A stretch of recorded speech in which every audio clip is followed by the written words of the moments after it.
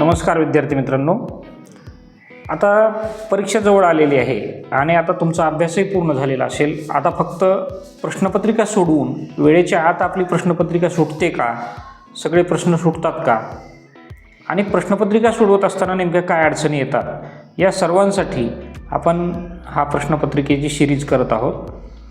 व्यवस्थित अंतरावर मोबाईल ठेवून तुम्ही सर्वांनी ती पाहावी.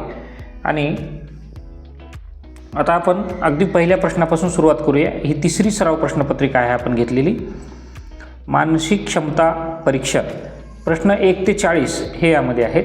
आणि पहिला प्रश्न मी जरी आपल्याला गडबड असली तरी सूचना वाचायची की 1 ते 4 मध्ये आकृत्या ABC आणि D दाखवलेल्या आहेत. या आकृत्यापैकी 3 आकृत्या कोणत्या तरी बाबतीत समान आहेत आणि एक आकृती वेगळी आहे.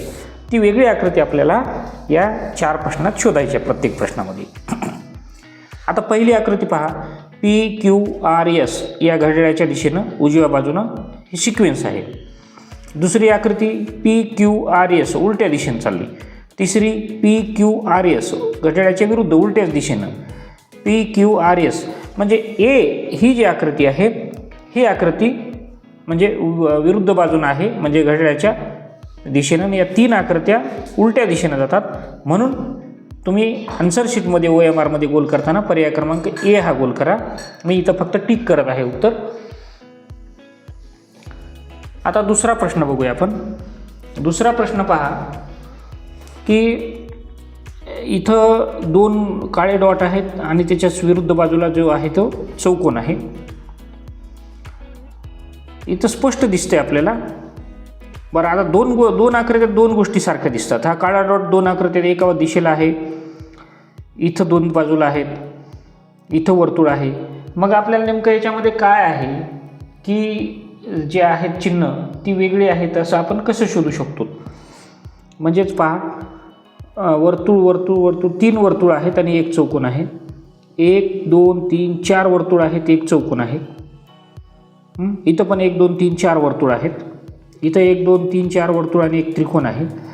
1 2 3 4 वर्तुळ आणि चौकोन आहेत. म्हणजे A B आणि D या आकृतीमध्ये 4 वर्तुळ आणि एक चौकोन आहे. मात्र तिसऱ्या जी आकृती आहे, आता तो भरीव आहे, पोकळ आहे, हा भाग गौण आहे, परंतु वेगळे पण काय दिसतोय तर इथं 4 वर्तुळ आणि एक त्रिकोण आहे. म्हणून पर्याय क्रमांक C हा जो आहे हा वेगळा. आता इथं तिसरा प्रश्न बघा. तिसरा जो प्रश्न आहे इथं MADH हे इंग्रजी अक्षर आहेत. मग वेगळं अक्षर कशात असेल हे आपल्याला शोधावं लागेल. आता वेगळं अक्षर जे आहे हे इयत्ता 6वीला एक प्रश्न आहे, म्हणजे पाठ आहे गणितामध्ये, सममितीय अक्षर. म्हणजे असा अक्षर टाकला की या 2 आकृतीचे 2 समान भाग होतात. इथंही अक्षर टाकला की 2 समान भाग होतात. इथेही तो अक्षर टाकला की 2 समान भाग होतात. मात्र या Dला जर असा अक्षर टाकला उभा तर त्याचे 2 समान भाग होत नाहीत. म्हणून पर्याय क्रमांक C. आता चौथी आकृती पहा तुम्ही. चौथ्या आकृतीमध्ये काय दिसत आहे आपल्याला तर चौथी जी आकृती आहे या आकृतीत पहा, या आकृतीत या रेषा आहेत, एकमेकांच्या विरुद्ध दिशेने आहेत. हे अशा गेल्यात, हे अशा गेल्यात, इथं पण अशा आहेत. आणि म्हणजे हे काटकोनात एकमेकाला काटकोनात छेदतात ह्या रेषा. इथं पण तसंच दिसायले. बी मध्ये काय दिसते पहा, या बी रेषांची दिशा आणि ह्या रेषांची दिशा ही सारखीच आहे. बाकी काय, ही रेषा असे चालल्यात तर ह्या अशा चालल्यात, ह्या अशा चालल्यात तर ह्या अशा चालल्यात, या अशा चालल्यात, म्हणजे काटकोनात आहेत, एकमेकांना लंब आहेत. म्हणून पर्याय क्रमांक B जे आहे हा या ठिकाणी वेगळा आहे.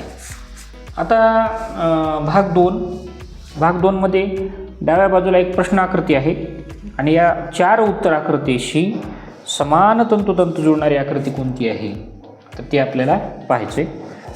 या आकृतीशी समान. आता इथं पाहून घ्यायचं अगोदर की प्रत्येक आकृतीत 4 चौकोन आहेत आणि 2 इथं गुणाकाराचे चिन्ह, बेरजेचे चिन्ह जे आहेत ते आहेत, बेरजेचे चिन्ह आहेत. मग तशीच इथं काय आहे, इथं 3 चिन्ह आहेत, इथं पण 3 चिन्ह आहेत, इथं 2 चिन्ह आहेत, इथं 3 चिन्ह आहेत. मग हे पहा, 1 2 3 4, 1 2 3 4 आणि हे 2 बेरजेचे चिन्ह. म्हणजे पर्याय क्रमांक C ही जी आहे ही तंतोतंत जुळणारी आकृती आहे. आता 6वा प्रश्न घेऊ आपण. 6वा तुम्हाला स्पष्ट दिसावं म्हणून थोडंसं खालीवर करतो. 6वा प्रश्न बघा. या ठिकाणी हे असं कोन आहे, ह्याचे डोळे पोगर आहेत, इथं भरीव डोळे आहेत. बरं, इथं 2 डोळे भरीव आहेत, हा गोल आहे, हे छोटेसे गोल आहेत, वरचा गोल आहे, खालच्या वर्तुळाचे 2 भाग झाले. इथं हे डॉट भरीव आहेत आणि इथं काय केलेलं आहे, ही रेषा इथं एक जास्तीचं वर्तुळ आहे डीमध्ये. मग आपल्याला तंतोतंत जुळणारी आकृती कोणती दिसते, तर पर्याय क्रमांक बी ही दिसते. पहा तुम्ही नीट लक्ष करून पहा. आणि हे बुद्धिमत्तेचे जे मार्क आहेत हे आपल्याला परफेक्ट मिळणारे मार्क आहेत. 7वा प्रश्न बघा. आता हे जे त्रिकोण आहेत हे एका ही दिशा जर पकडली तर ह्या एकमेकांच्या विरुद्ध दिशेला आहेत. इथं पण हे एकमेकांच्या विरुद्ध दिशेला आहेत आणि हे सुद्धा त्रिकोण एकमेकांच्या या कर्णाच्या विरुद्ध आहेत. इथं पण कर्णाच्या विरुद्ध आहेत, इथं पण कर्णाच्या विरुद्ध आहेत. आता इथं पाहिलं तर हे कर्णाच्या विरुद्ध आहेत, इथं पाहिलं हे कर्णाच्या विरुद्ध आहेत. मात्र हे चौकोन 2 इथं एकाच बाजूला आहेत, आतल्या बाजूला. या छोट्या ही जी आडवी रेष जाते याच्या दोन्ही वरच्या बाजूला आहेत. बी आकृतीमध्ये पहा, हा जो कर्ण आहे याच्या विरुद्ध दिशेला आहेत, हे पण विरुद्ध दिशेला आहेत आणि या कर्णाच्या पण विरुद्ध दिशेला आहेत. रेषा पण बरोबर तेवढ्याच तयार झालेले. तिथं जो त्रिकोण आहे हा पोकळ त्रिकोण विरुद्ध दिशेला आहे. ही आकृती तंतोतंत जुळते. बी. सी मध्ये काय फरक आहे पाहू आपण. इथं विरुद्ध दिशेला मात्र हे चौकोन वेगळे तयार केलेले आहेत, हा त्रिकोण वेगळा तयार केला, इथे तयार केले. तर आपल्याला तंतोतंत जुळणारी आकृती इथे मिळालेली आहे, पर्याय क्रमांक बी. आता 8वा प्रश्न लक्षात घ्या. 8वा जो प्रश्न आहे हा बाणाच्या विरुद्ध दिशेला एक वाकडी रेषा आहे आणि आत एक त्रिकोणात आलेली आहे. इथं ही छोटी रेषा आली बघा, हा फरक आहे. बी मध्ये वर बाण नाही, सी मध्ये बाणाच्या विरुद्ध दिशेला आहे, हे जे अक्षर दिसतंय इथं वर्तुळ दिसते. शीची आकृती तंतोतंत जुळते. डीच्या आकृतीत पण इथं बाण नाही, वर्तुळ गोल आहे. म्हणजे अगदी वेळ न घालवता पटकन हे गोल करून आपण ह्याचे मार्क पटकवायचे असे, मात्र लक्ष देणं गरजेचं आहे. 3ऱ्या भागात बघा आपण 9 ते 12 मध्ये डाव्या बाजूला एक प्रश्न आकृती आहे आणि यातील 3 भागामध्ये काही रचना आहेत व एक भाग रिकामा आहे. उजव्या बाजूला ABCD आकृत्यात दिलेले त्यापैकी कोणती उत्तर आकृती दिशा न बदलता प्रश्न आकृतीच्या रिकाम्या जागी बरोबर बसेल ते शोधून काढायचे आपल्याला. मग आता 9वा प्रश्न जो आहे इथं ही प्रश्नाकृती आहे आणि या ठिकाणचा एक गायब झालेला भाग आपल्याला शोधायचा आहे. या ठिकाणी हे जे पुस्तक आहे ते प्रिंट मिस्टेक झालेली आहे. खरं म्हणजे हे पहा, हा भाग गायब व्हायला पाहिजे होता. हा भाग तंतोतंत बसतोय. हे गोल वर्तुळ नाही, त्यानंतर हे 3 वर्तुळ नाहीत, 2च वर्तुळ आहेत. इथं हे अर्धवर्तुळ एक पर्याय आहे आणि हा भाग इथला त्यांनी गायब दाखवायला पाहिजे होता. तर पण प्रश्न आकृतीतच चुकीच्या प्रिंट मिस्टेकमुळे हे झालेलं आहे. हरकत नाही, तरी आपण शोधून काढले की या आकृतीशी मिळता जुळता तंतोतंत बसणारा भाग जो आहे हा प्रश्न क्रमांक ए आहे. चला आता 10वा प्रश्नाकडे आपण जाऊया. 10वा प्रश्न पहा. 10व्या प्रश्नात हे पहा, इथं जसं गायब केलं तसं 9व्या प्रश्नाला गायबच केलेलं नव्हतं. आता आतल्या बाजूला एक छोटासा त्रिकोण आहे, आतल्या बाजूला तसे 2 त्रिकोण बी आणि सी मध्ये आपल्याला पर्याय दिसत आहेत. बरं, आता मग आपल्याला काय शोधायचं आहे. या त्रिकोणाच्या वर 2 रेषा आहेत. त्रिकोणाच्या वर इथं 2 रेषा आहेत, इथं मात्र 3 रेषा आहेत. म्हणजे इथं पर्याय क्रमांक बी हा 10व्या प्रश्नाचं उत्तर असेल. जास्त वेळ अजिबात न घालवता आपण हे शोधलेलं आहे. 11वा प्रश्न पहा. कारण बुद्धिमत्तेमध्ये वाचलेला वेळ आपल्याला गणिताला वापरावा लागतो. कारण गणित हे कसं असू शकतं की एखादं गणित आपलं टफ असू शकतं. हां, 11वा प्रश्न पहा. आता हा जो भाग आलेला आहे, हा वरचा अर्धगोल त्रिशूळ तयार झालं इथं, हे तर नाहीच. हे बघा इथं हे कसं या पद्धतीची आकृती नाहीच आहे. हे 3 डॉटची नाही आहे, एची पण हा गोल भरीव नाही. मला शी आकृती वाटते. 11वा जो प्रश्न आहे की हे 2 जे गोल आहेत, हे बघा हे इकडं आहेत तसे हे इकडं बसले आणि मग ही आकृती अशी गेली आणि हा आतला गोल भरीव आहे. तर या ठिकाणी तंतोतंत बसणारी पर्याय क्रमांक सी ही आकृती. विद्यार्थी मित्रांनो, 12वा जो प्रश्न आहे हा ए वाटतोय. मात्र ह्याने जो प्रश्न दिला आहे, आता हे पहा, इथं ही बाजू इकडं वर घेतली, या मार्गानं जर म्हटलं तर आपलं पर्याय क्रमांक सी उत्तर येते, मात्र ते चुकीचं आहे. कारण हा प्रश्न मी तुम्हाला पुन्हा एकदा दाखवतो, परत मी घेऊन इथं दाखवत आहे. हा आपला तिसरा भाग आहे. हे पहा, हे दिसतंय काय म्हटले की 9 ते 12 आपला 12वा प्रश्न चालू आहे. डाव्या बाजूस एक प्रश्नाकृती दिलेली आहे, यातील तिन्ही भागामध्ये काही रचना आहेत, एक भाग रिकामा आहे. उजव्या बाजूस ए, बी, सी व डी या उत्तराकृत्या दिलेल्या आहेत. यापैकी कोणती उत्तराकृती दिशा न बदलता प्रश्नाकृतीच्या रिकाम्या जागी बरोबर बसेल ते शोधून काढा. मग विद्यार्थी मित्रांनो, दिशा न बदलता, आता इथं ह्या प्रश्नातच दिशा बदलली आहे, म्हणजे खरोखर हा प्रश्न देताना इथं हे झालेलं आहे, कन्फ्युजन आहे किंवा ह्यांचं काहीतरी मिस्टेक आहे. दिशा न बदलता, तर या आकृतीचा खरा पर्याय ए असतो आणि ही सुद्धा आकृती अशी द्यायला पाहिजे होती. आलं का लक्षात की ज्या पद्धतीनं हा असा अर्धा गोल भाग आहे तसाच हा उभा पाहिजे होता. मात्र यांनी काय केले, हा घटवीत नेला आहे, म्हणजे हा जो भाग आहे हा इकडे उभा केला आहे किंवा हा भाग इकडे आडवा केला आहे. मग हा भाग इकडे आडवा केल्यानंतर हा जो प्रश्न आहे हा सी, दिशा जर बदलली तर, मात्र प्रश्नात सूचना अशी आहे, म्हणजे प्रश्नच कन्फ्यूज आहे. मात्र माझ्या माहितीप्रमाणे हा वरचा भाग जर त्यांनी दिशा नाही बदलली तर ह्याचं उत्तर जे आहे पर्याय क्रमांक ए येतं, कारण हे या ठिकाणी परफेक्ट बसतं या आकृतीचा भाग. म्हणून हा प्रश्नच कन्फ्यूज करणार आहे. हा प्रश्न देताना काहीतरी निश्चित चूक झालेली आहे, कारण प्रश्नात सूचना काय आहे, दिशा बदलायची नाही आपल्याला, दिशा तर बदलली या ठिकाणी. आलं का लक्षात. इथं आपण हे नवनीतचं प्रश्नसंच वापरतो, त्या ठिकाणी त्यांनी सूचनासुद्धा काय दिलेली आहे की पर्याय क्रमांक सी आणि हा भाग घटवीत, म्हणजे ही दिशा बदलली ना. मग या माझ्या माहितीप्रमाणे किंवा मला जेवढं समजतं आहे त्याप्रमाणे मला हे उत्तर माझ्या माहितीप्रमाणे ए आहे असं वाटू शकतं. याच्यावर तुम्ही थोडासा विचार करा, आणखीन तुम्ही काही तज्ज्ञ लोकांना विचारा निश्चितच की हा जो प्रश्न आहे हा प्रश्न देण्यात चूक झालेली आहे का काही, आणि मग आपण कॉमेंट बॉक्समध्ये टूलसुद्धा टाका, मी लक्ष ठेवतो त्यावर आणि आपण त्याच्यावर चर्चा करू. मात्र ही जर दिशा बदलली नसती, ही वरची असती, तर या ठिकाणी ही आकृती ए पर्याय क्रमांक हा तंतोतंत बसला असता. कारण आत्तापर्यंत आपण इथं वर पाहिले, इथं दिशा बदलली नाही, इथं वर दिशा नाही बदलली, की परफेक्ट हा तुकडा इथं परफेक्टली बसला पाहिजे जशाच तसा. आलं लक्षात. तर सांगितलेल्या सूचनांचं पालन करा आपण, आणि यावर आणि अधिक तुम्ही थोडासा सखोल अभ्यास करा या प्रश्नाचा. हे मला असं वाटतंय, परफेक्ट उत्तर आहे नाही हे मी आता सांगू शकत नाही, मात्र प्रश्न देण्यात चूक झाली असं मला वाटतंय. तर तुम्ही यावर आणखी थोडा सखोल अभ्यास करा. आता आपण भाग 4 घेऊ. आपल्याला वेळ म्हणजे आपण न घालवता आधी आपण पुढच्या भागाकडे जाऊया. होऊ शकतं असं कदाचित. प्रश्न 13 ते 16 डाव्या बाजूला 3 प्रश्नाकृती आहेत. चौथ्या, म्हणून मी म्हणलं विद्यार्थी मित्रांनो तुम्हाला की ह्या सूचना वाचणं किती महत्त्वाचं आहे पहा. चौथ्या आकृतीस जागा रिकामी सोडलेली आहे. प्रश्न आकृती विशिष्ट अनुक्रमाने दिलेल्या आहेत. उजव्या बाजूला दिलेल्या उत्तर आकृत्यामधून अशी आकृती शोधून काढा की ती मोकळ्या सोडलेल्या प्रश्न आकृतीची जागा घेईल आणि अनुक्रम पूर्ण करेल. योग्य उत्तर आकृतीचे वर्णाक्षर OMR प्रश्न क्रमांकात पाठवायचे. आता इथं काय म्हणत आहे की हे या दिशेला आहे इथं. त्यानंतर दुसरा यांनी काय केलं, वरचं टोक केले, मात्र इथं 1चे 2 झालेत. आता इथं 3 आले. आता या बाजूला काय होईल, ही खाली येईल, इथं हे टोक जाईल आणि 3चे 4 होतील. अलग लक्षात. या क्रमाने 13वा जो प्रश्न आहे त्याचं जे उत्तर आहे पर्याय क्रमांक डी आहे. 14वा प्रश्न पहा आता. म्हणजे तंतोतंत ती आकृती काय आहे, ह्या दोन्हीचा संबंध आहे तसाच पुढं संबंध आहे. इथं पहा, इथं काय झालेलं आहे, ही खालची आकृती वर आली, वरची आकृती इथं गेली, वरची 1 नंबरची खाली आली.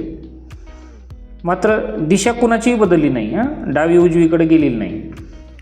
आता इथं काय, इथं सुद्धा आपण ती जर क्रिया केली तर ही बाणाची आकृती काय होईल, एकदम वर बसेल.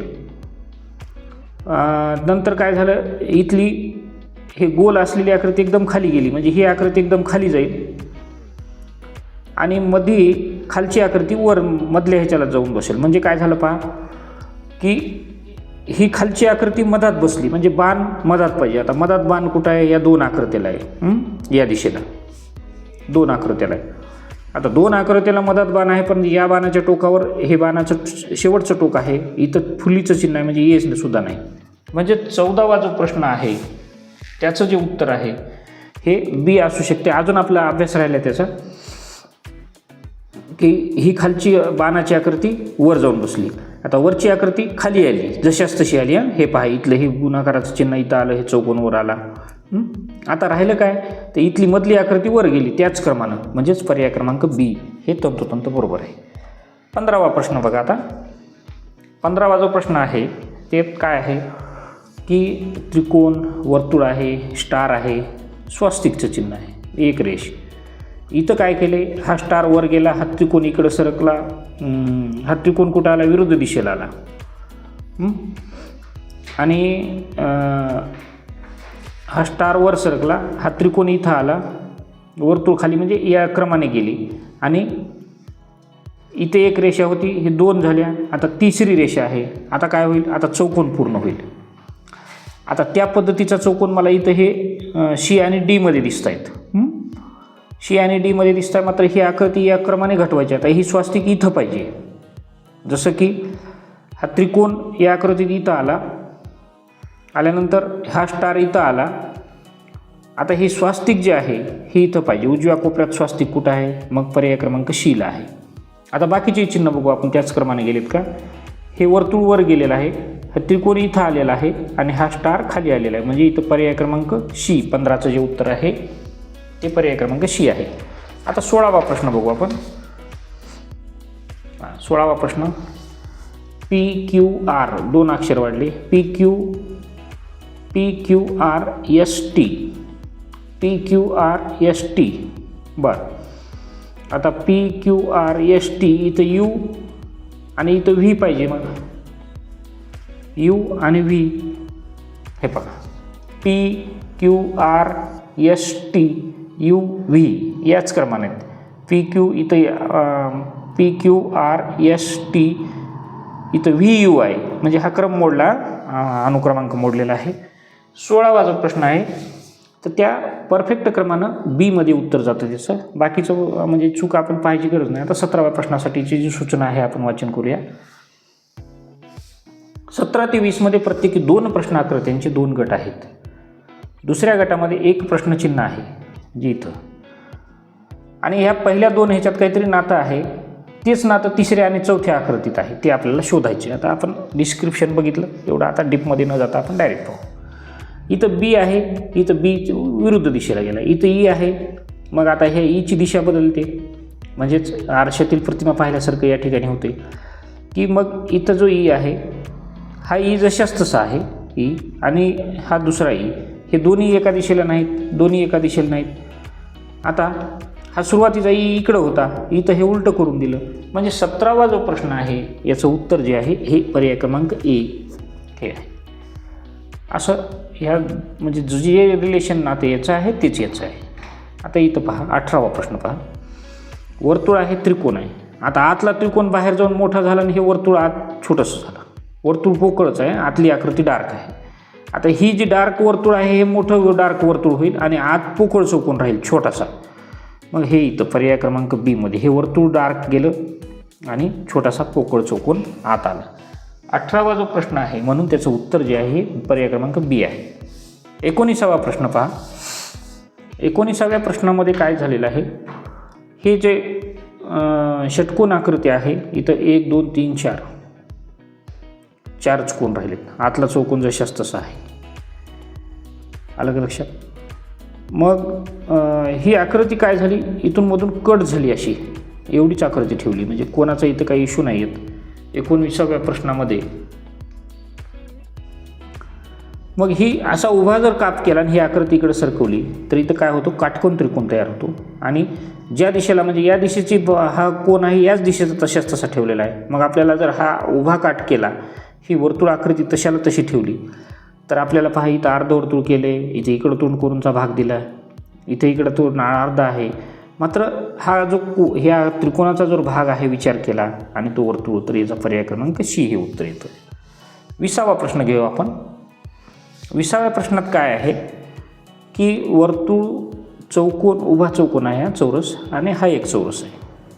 मग इथली जी आकृती आहे ही बाहेर जाऊन मोठी झाली, 2 नंबरला वर्तुळ आलं, इथली आकृती आली आणि इथली आकृती सगळ्यात आत आहे. आता खालची आकृती मोठी होणार आहे, म्हणजे हा पंचकोन मोठा होणार आहे. सगळ्यात बाहेर पंचकोन या ए आकृतीमध्ये एक आहे आणि डी मध्ये एक आहे. आता हे बाकीच्या दोन्हीचा तर विषयच करायचा नाही आपण. इथली आकृती मोठी झाली. त्यानंतर 2 नंबरला जी आकृती आहे ही वर्तुळाची इथली आहे, म्हणजे या पंचकोनाच्या आत त्रिकोण पाहिजे. पंचकोनाच्या आत त्रिकोण इथं आहे, इथं वर्तुळ आहे, हे नाही चुकलं. आणि हे वर्तुळ जे आहे हे सगळ्यात आत बसलेलं पाहिजे. म्हणजेच पर्याय क्रमांक डी, 20व्या प्रश्नाचं उत्तर जे आहे पर्याय क्रमांक डी. आता 21 पासून जे प्रश्न आहेत त्यासाठी सूचना वाचू आपण. एका भूमितीतील आकृतीचा त्रिकोण, चौरस, वर्तुळ एक भाग डाव्या बाजूस प्रश्नाकृतीच्या स्वरूपात आहे आणि दुसरा भाग उजव्या आकृतीला उत्तर आकृतीच्या स्वरूपात आहे. म्हणजे उजव्या बाजूची अशी आकृती शोधा की ती त्या प्रश्नाकृतीस पूर्ण करेल. म्हणजे एक भौमितिक आकृती असेल, ती चौरस असेल, वर्तुळ असेल, त्रिकोण असेल, तिचा कट केलेला भाग आहे. आता हे कट करून मात्र हे असं जर आपण हे केलं, हे इमॅजिन केलं की काय होतं, तर इथपर्यंत एक चौरस पूर्ण होतो. आता 21वा जो प्रश्न आहे, 21व्या प्रश्नाचं, आता हा भाग थोडा आहे, हा इतका लांब आहे, हे नाही होऊ शकत अशा पद्धतीने, इथं बसू शकत नाही. इथं बसणारा भाग, काय करायचं आहे पहा, हा जो कट केलेला भाग आहे हा डोळ्यात साठवायचा आणि असं करून डोळ्या उघडून बघितला की तिथं कोणता आकृतीचा भाग बसतो. त्यानंतर इथं हा गोल भाग बसत नाही, हा गोल भाग बसत नाही. आता इथं राहिले प्रश्न हे भाग बसणार आहे, मात्र ह्याची ही खालची रेषा एवढी लांब नाही. आलं का लक्षात? म्हणजे पर्याय क्रमांक 1चा जो भाग आहे हा तंतोतंत त्या ठिकाणी 21व्या प्रश्नाचा बसतो. आता 22वा जो प्रश्न आहे तो आपण घेऊया पुढचा.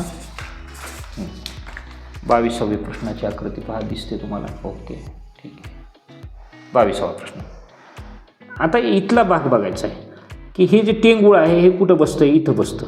आणि हा छोटासा त्रिकोण इथं बसतो. आता इथं त्रिकोण आहे, हे नाही होऊ शकत असं, हे असा भाग बसत नाही.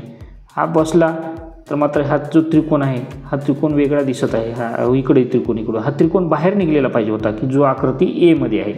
म्हणून इथं तंतोतंत बसणारा भाग जो आहे हा पर्याय क्रमांक एचा आहे. अशा पद्धतीनं आता एक चौकोन तयार होतो आणि तो कट केलेला आहे. आता 23वा प्रश्न घेऊया आपण. हे पहा, ही टरबुजाची फोड अशी कट केल्यासारखी, मग असा आपल्याला वर्तुळ पूर्ण झालेला पाहिजे, हे भाग पुढं आलेले पाहिजेत. तर ते मला थोडंसं इथं एमध्ये तर नाहीच आहे, डीमध्ये नाही होऊ शकत, तो भाग इकडं तोंड करून आहे. खालचा भाग सी आणि बीमध्ये दिसते. मग आता परफेक्ट कुठं आहे? तर हा भाग इथं खाली असा आडवा आलेला आहे 23व्या प्रश्नात. तर आपल्याला जो 23वा प्रश्न आहे हा, तर सीचा जो भाग आहे हा वर गेलेला आहे, हा असा भाग नाही होत. तर हा भाग इथं बसला की असं हे वर्तुळ पूर्ण होतं, पर्याय क्रमांक सी. आणि हा भाग इथं परफेक्टली बसतो. बीमध्ये का बसत नाही? कारण बीमध्ये इथं त्रिकोण आहे. हे पहा, हे चौकोन बाहेर निघलेला भाग आहे, आयताकृती भाग, हा आयताकृती भाग इथं बसला पाहिजे. परफेक्ट उत्तर त्याचं सी आहे. आता इथं लक्ष द्या, इथं ह्याच्याकडे पाहिले की आपल्याला वाटतं हे त्रिकोण असेल, नाही, हे त्रिकोण नाही, हे असं जाऊन असं आलेला इथला चौकोन पाहिजे आपल्याला. मग तो चौकोन कोणता असेल? तर तो परफेक्ट आकृतीत पहा, ह्या बाजूला काटकोन असेल, इथं काटकोन नाही, कारण हा कोन 90 अंशाचा आहे. इथं काटकोन नाही, इथं काटकोन नाही, इथं काटकोन नाही. बीची जी आकृती आहे 24व्या प्रश्नामध्ये ती इथं हे असा काटकोन आहे, या ठिकाणचा काटकोन, आणि हा आत बसणारा सुद्धा आहे बी. आता आपण 25 ते 28ची जे सूचना आहेत त्या वाचूया. डाव्या बाजूला एक प्रश्नाकृती दिलेली आहे, ABCD अशा 4 उत्तराकृत्या उजव्या बाजूस दिलेल्या आहेत. प्रश्नाकृतीचे तंतोतंत प्रतिबिंब असणारी, म्हणजे आरशातलं प्रतिबिंब. मी तुम्हाला म्हटलेलं आहे की उजव्या बाजूला जर अशी आकृती दिलेली असेल, आरशातली प्रतिबिंबाची आकृती ती असते, आणि मग तिचे खालचं वरचं खाली होत नाही. आपण पुन्हा म्हणले फक्त दिशा बदलतात, उजवी बाजू डावीकडे जाते आणि डावी बाजू उजवीकडे जाते. आता ही रेष इकडं असलेले 1, 2, 3 या 3 आकृती आहेत, हिचा तर विषयच नाही, हे डीचं सोडून द्या. आता आपल्याला ए, बी आणि सी मध्ये पर्याय शोधायचा. पांढरा अर्धगोल जो आहे हा या बाजूला गेलेला पाहिजे, हां इथं नाही. आता ए आणि सी मध्ये असं एक एक करत काटत चालायचं. त्यानंतर इथं एमध्ये हे वरचं टोक असं झालेलं नव्हतं. आता आपण अगदी उत्तराच्या जवळ आहोत, इथं सीच्या जवळ आहोत. पहा, हा जो भाग आहे या दिशेला आहे, हा खालचा जो भाग आहे हा इकडे येतो सीमध्ये, हा भरीव गोल या दिशेला गेला आणि हा भाग इथं आला. म्हणजे अगदी कसलाही विचार न करता एक एक एक एक भाग काढत आपल्याला परफेक्टली पर्याय क्रमांक Cचं उत्तर मिळालेलं आहे. या पद्धतीनं जर आपण गेलो तर आपल्या होणाऱ्या चुका आपल्या कदाचित कमी होऊ शकतात. 26व्या प्रश्नाकडे आपण आलो आता. तर हे जे P आहे हे या दिशेला जाते, हे G आहे या दिशेला जाते, J इथंच राहते. मात्र Jचं हे टोक जे आहे इकडं बघते ते, म्हणजे आरशात डावीकडचं उजवीकडं. आता Jचं टोक इकडं आहे, हे खालीवर गेलं. Cचा तर पर्यायच नाही, इथं आहे. म्हणजे A, B आणि D मध्ये उत्तर आहे. आता इथं काय केले, हे G हे वर नेले, उलटं केले G, म्हणजे D B कटलं. E आणि B मध्ये आपल्याला उत्तर शोधायचे. आपण कसं उत्तराच्या जवळ जायचं पहा. आता P इकडं जातं, तर हे इथं P इकडंच राहिले, म्हणजे खालीवर केले P. E सुद्धा नाही. आता आपलं उत्तर J म्हणजे जे आहे हे B परफेक्टली आहे. फक्त एकदा चेक करायचं आहे. हे J इकडं आलं, या दिशेला टोक करून आलं. हे खालची बाजू जशाच तशी आहे, Pची वरची बाजू जशाच तशी आहे, Jची आहे. म्हणजे 26वा जो प्रश्न आहे, तर 26व्या प्रश्नाचं जे उत्तर आहे हे पर्याय क्रमांक B आहे. 27वा प्रश्न बघा. म्हणजे एक एक उत्तर, चुकीचं उत्तर जर काटत गेलो तर आपण बरोबर उत्तराच्या अगदी जवळ जातो. चुकीच्या उत्तराच्या कोणत्या बाजू चूक आहे ते आपण शोधू. आता इथं वर्तुळ, भरीव वर्तुळ आणि अर्धवर्तुळ हे या बाजूला पाहिजे, या आकृतीत. आता पाहायचं वरचं भरीव वर्तुळ वरच, इथं खालचं वर गेले म्हणजे हे पर्याय नाही, हे पण नाही. इथं पण हे बघा, हे वर्तुळ आपल्याला इकडं गेलेलं पाहिजे होतं, इथं बाणच इकडं गेलेलं आहे, हे बी नाही होऊ शकत. म्हणजे आता आपण D पर्यायाच्या जवळ आलेलो आहे. आपल्याला वाटते की D, हे पहा खालीवर होत नाही. हो, हा जो बाण आहे या दिशेला गेला, इथं गेला, हे खालचं खालीच राहिले, मात्र याचं तोंड इकडे गेलं. आता हे जे आहे हे अशा पद्धतीचं झालं, हे अशा पद्धतीचं, हे अशाला असं, हे इकडले इकडे गेले बरं का हे. आणि हे वर्तुळ वरचं भरीव वर्तुळ आहे, म्हणून पर्याय क्रमांक D. म्हणजे आपण अशा पद्धतीने हे 3 पर्याय चुकीचे ठरवले. आणि आता 28व्या प्रश्नाकडे आपण आलेलो आहोत. 28वा जो प्रश्न आहे तो आहे, आता बघा, ह्या रेषा इथं सापडल्या पाहिजेत, आडव्या जशाच तशा, दिशा न बदलता. अगदी सोपं आहे, खालीवर नाही, काही नाही. पर्याय क्रमांक A मध्ये फक्त तिथं रेषा गेल्यात, इकडच्या रेषा इकडे गेल्यात आणि इकडचं गुणाकारात चिन्ह इथं आलेलं पाहिजे. हे इथं आले, हे वरचं वर्तुळ इथं आले, ह्या रेषा इथं नाहीत, इथं नाहीत, इथं नाहीत. म्हणजे हे तिन्ही चूक पर्याय आहेत. आपण इथं पहिल्या स्ट्रोकमध्ये उत्तराच्या एकदम जवळ जाऊन बसलेलो आहोत. नंतर बाकीच्या तपासण्या आपण करायला सुरुवात केल्या. म्हणजे 28वा जो प्रश्न आहे याचं पर्याय क्रमांक A उत्तर. अगदी एका या रेषावरूनच आपण उत्तर शोधून काढलं. भाग 8वा जर आपण पाहिला तर आता आपण 29, 30, 31, 32 या 4 प्रश्नासाठी 8व्या भागाचं आपण वाचन करणार आहोत. विद्यार्थी मित्रांनो, या स्पीडनं आपण हावडा एक्सप्रेससारखं धडधड पुढे जातच राहिलं पाहिजे. म्हणजे 29 ते 32मध्ये डाव्या बाजूकडील प्रश्नाकृत्यात दाखवल्याप्रमाणे एका कागदाच्या घड्या घालून त्याला भोके पाडलेले आहेत आणि ABCD अशा 4 आकृत्या उजवीकडे दिल्या आहेत. घड्या उलगडल्यावर कागद कसा दिसेल, उत्तराकृतीची निवड करा. तर हा 29वा जो प्रश्न आहे पहा, ही चौरस आकृती आता हा अशी उलटून घातली, त्याच्यानंतर अशी घातलेली आहे. आता मग काय केले, ही घडी घालून इथून एक खाच पाडली, इथून एक खाच पडली. आता मला सांगा, हा इथं ठेवल्यानंतर इथं आयात तयार होईल का नाही? इथं आयात तयार होईल. मग इथून पुन्हा इथं आयात तयार झाल्यावर वर इथं जसा आयात तयार झाला तसाच इथं एक आयात तयार झालेला असेल, इथं एक तयार झालेला असेल, इथं एक तयार झालेला असेल. बघू आपण कुठं कुठं तयार झालेले आहेत. तर याच पद्धतीनं हे पहा, हा उभा आयात तशाच तसा तयार झाला, इथं तयार झाला. पर्याय क्रमांक Cची जी आकृती आहे, अगदी इमॅजिन करून बघा तुम्ही. ही घडी अशी वापस काढली तर हा अर्धा आयात इकडं जातो, त्याच्यानंतर ह्या वर ठेवल्या तर ह्याचा अर्धा आयात इथं जातो, ह्याचा अर्धा आयात वर जातो आणि हे पूर्ण आयात इथं एक होतो जो की हा आहे. त्याच्यानंतर असाच इकडं जातो जो की हा आहे. नंतर हा जो पूर्ण झाला तो वर जातो जो की हा आहे. म्हणजे 29वा जो प्रश्न आहे याचं उत्तर पर्याय क्रमांक C आहे. हा जो प्रश्न आहे, हा जो भाग आहे, भाग 8, याच्यावर मात्र सखोल विचार करावा लागतो अगदी बारकाईनं. इथं चुका होण्याचे चान्सेस जास्त असतात. घडी कोणत्या दिशेने पाडली ते पहा, हे असा बाण दाखवला म्हणजे वरून खाली कागद आणला. आता इथून असा दाखवला म्हणजे इथून कागद असा नेलेला आहे. आता इथं काय केलं बा, इथं उलटं केलं, खालून वर कागद नेला आहे आणि इकडून इकडे केला आहे. आता आपल्याला उघडीत सुद्धा अशाच दिशेने यायचं, अगोदर असा उघडायचा आणि मग असा उघडायचा आहे. तर इथं काय केले, ही खाच पाडली, ही खाच पाडली. आता ह्याला आपण असं ठेवल्यानंतर आता काय होईल पहा, हे असं ठेवलं तर ही जी खाच आहे ही कुठं जाईल पहा, आणि त्यानंतर हे असं केलं की ही खालची खाच, एक लक्षात घ्या, पर्याय क्रमांक जो 30 आहे ही ह्या बाजूची खाच आहे ना, आता हे पलटिलं तर ही ह्या बाजूला खाच राहील. म्हणजे अशी ना अशी खाच कुठं आहे अगोदर त्या आकृतीत बघूया. इथं 2 दिसत आहेत, नाही एकच खाच आहे, ही एक खाच राहील आणि खाली एक खाच राहील. आलं का लक्षात? हे जसं इथं यम आकृती तयार झालेली आहे. पुन्हा दुसरी गोष्ट, इथं 4च घड्या नाहीत, त्याच्यानंतर पुन्हा एक घडी पाडून पुन्हा कट केले.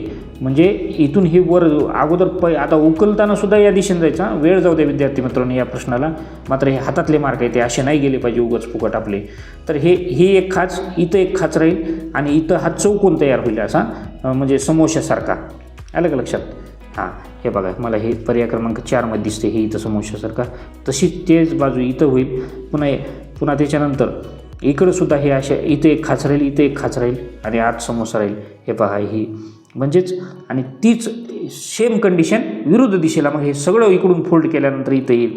म्हणजेच पर्याय क्रमांक डीची आकृती आहे. हे तुमची लहान मुलांची नजर अगदी तीक्ष्ण असते आणि निश्चितच तुम्हाला ह्या गोष्टी समजतात, चांगल्या प्रकारे समजतात. तर घड्या किती पाडल्यात हे सुद्धा लक्षात घ्यायचं, म्हणजे आपल्याला तेवढ्या उकलत गेल्या पाहिजे. इथं 3 वेळा घड्या पाडत आलेला आहे. इथं वरच्या आकृतीत 2 घड्या पाडून तिसऱ्या आकृतीला डायरेक्ट तिसऱ्या वेळेस काप मारले होते. 31वा प्रश्न बघा, ह्या चौकोन अशी घडी पाडली, त्याच्यानंतर अशी पाडली आणि अशी घडी पाडल्याच्या नंतर काय केलेलं आहे, इथं हा भाग कट केला आहे. मग कट केल्यानंतर हा भाग इथं राहील, याच्या विरुद्ध दिशेला राहील, ह्याच्या विरुद्ध आणि ह्याच्या विरुद्ध, 4 दिशेला अशाच सारखे फुलं तयार होईल. म्हणजे एक फुल तयार होईल 4. हे वेगळ्या आकाराचं आहे, इथं एक असं आणि एक असं आहे, इथं 2च दिलेत. मात्र आपल्याला 4 फुलं असलेली 31वा प्रश्न जे आहे, इथं पर्याय क्रमांक बीची आकृती आहे. 32व्या प्रश्नाला चौकोनी कागद नव्हता त्यांच्याकडं, गोला म्हणजे अंडाकृती कागद होता. तो त्यांनी अगोदर असा फोल्ड केला आणि तिथून असा फोल्ड केला, म्हणजे असा तयार झाला.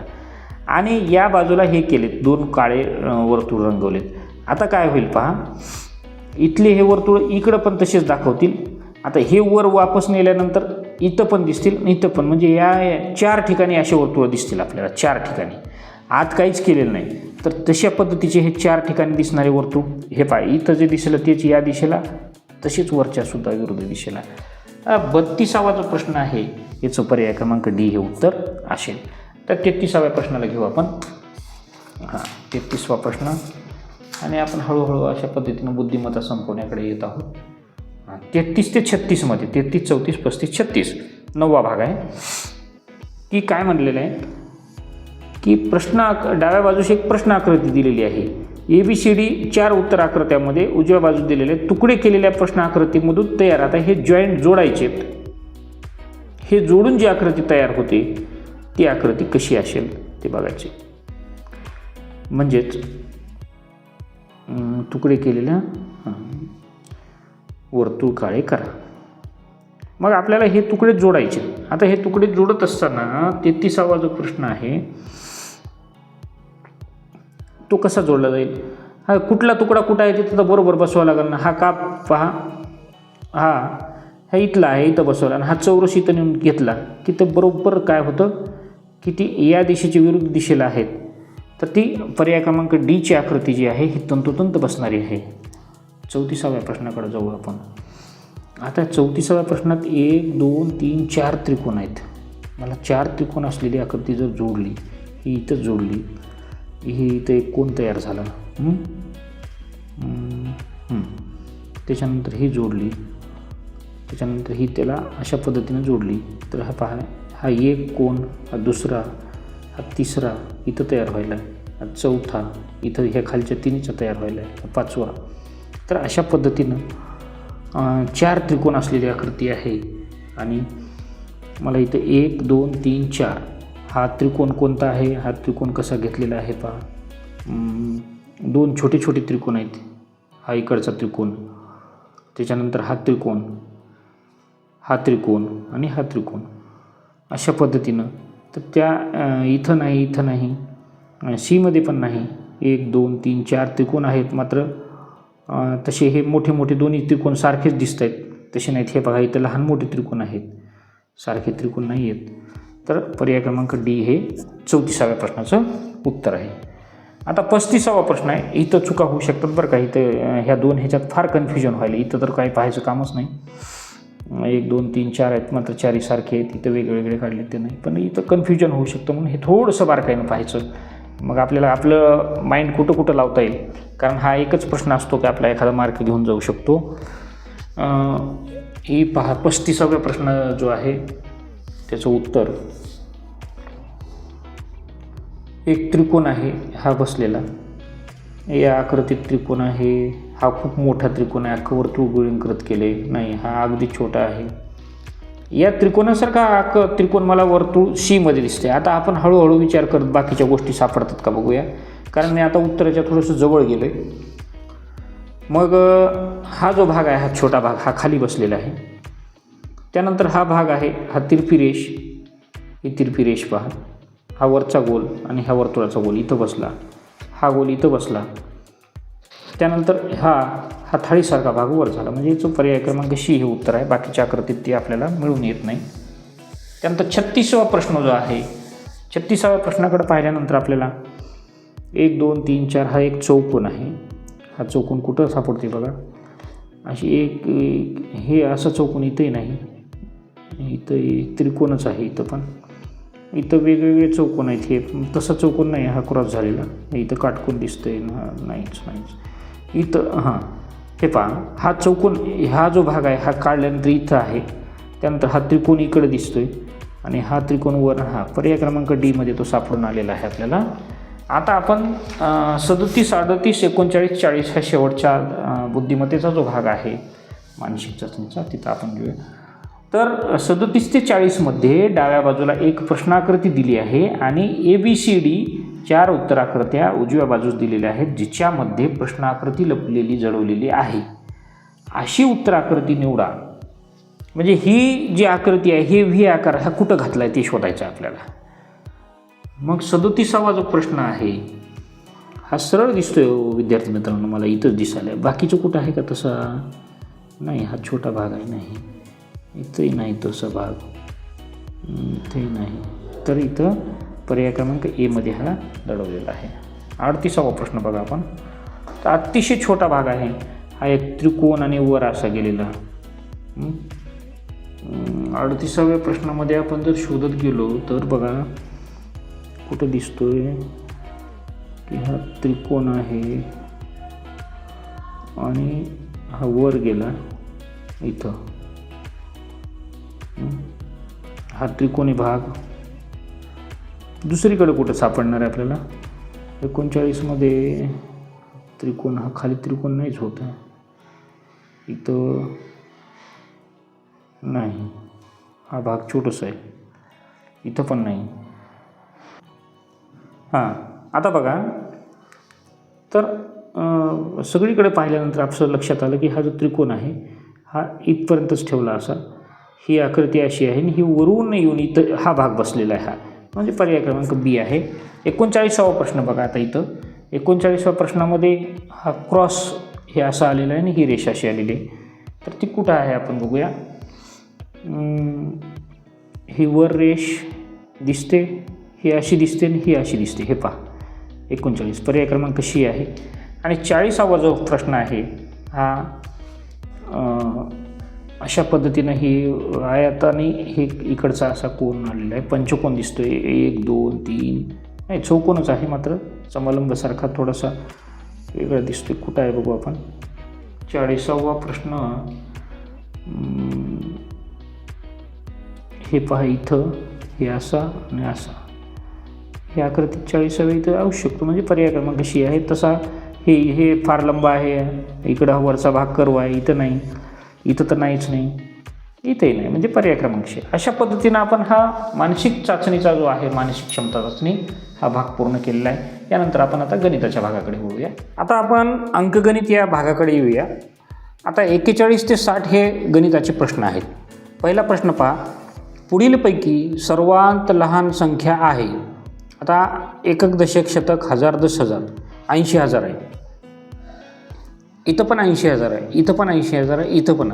आता हे 80,000 आपण बघायचं सोडूनच देऊया. 1 2 3 4 5 1 2 3 4 5 1 2 5 अंकी संख्या चारही आहेत. आता फक्त फरक कुठं बघायचा शतकापासून. इथं आता सर्वात लहान संख्या काढायची 808, 88, 880 आणि फक्त 80. आता हे तर दोन सोडून दे. 88 आणि 80 मध्ये सुद्धा सर्वात लहान संख्या पर्याय क्रमांक डी. पहा किती पटकन झालं हे गणित आपलं. पुढचं गणित बघू आपण. जर 4495 भागिले 1.24 बरोबर 3625 तर 449.5 भागिले 12.4 ची किंमत आहे. आता आपण अगोदर काय करूया. 4495 भागिले 1.24 बरोबर ह्याचं उत्तर आहे 3625. आता हा दशांश सोडवू आपण. हे 2 शून्य देऊया. हा उडाला. मग ही संख्या तयार झाली. 124 जर ह्या संख्येला भागलं तर एवढं उत्तर येते.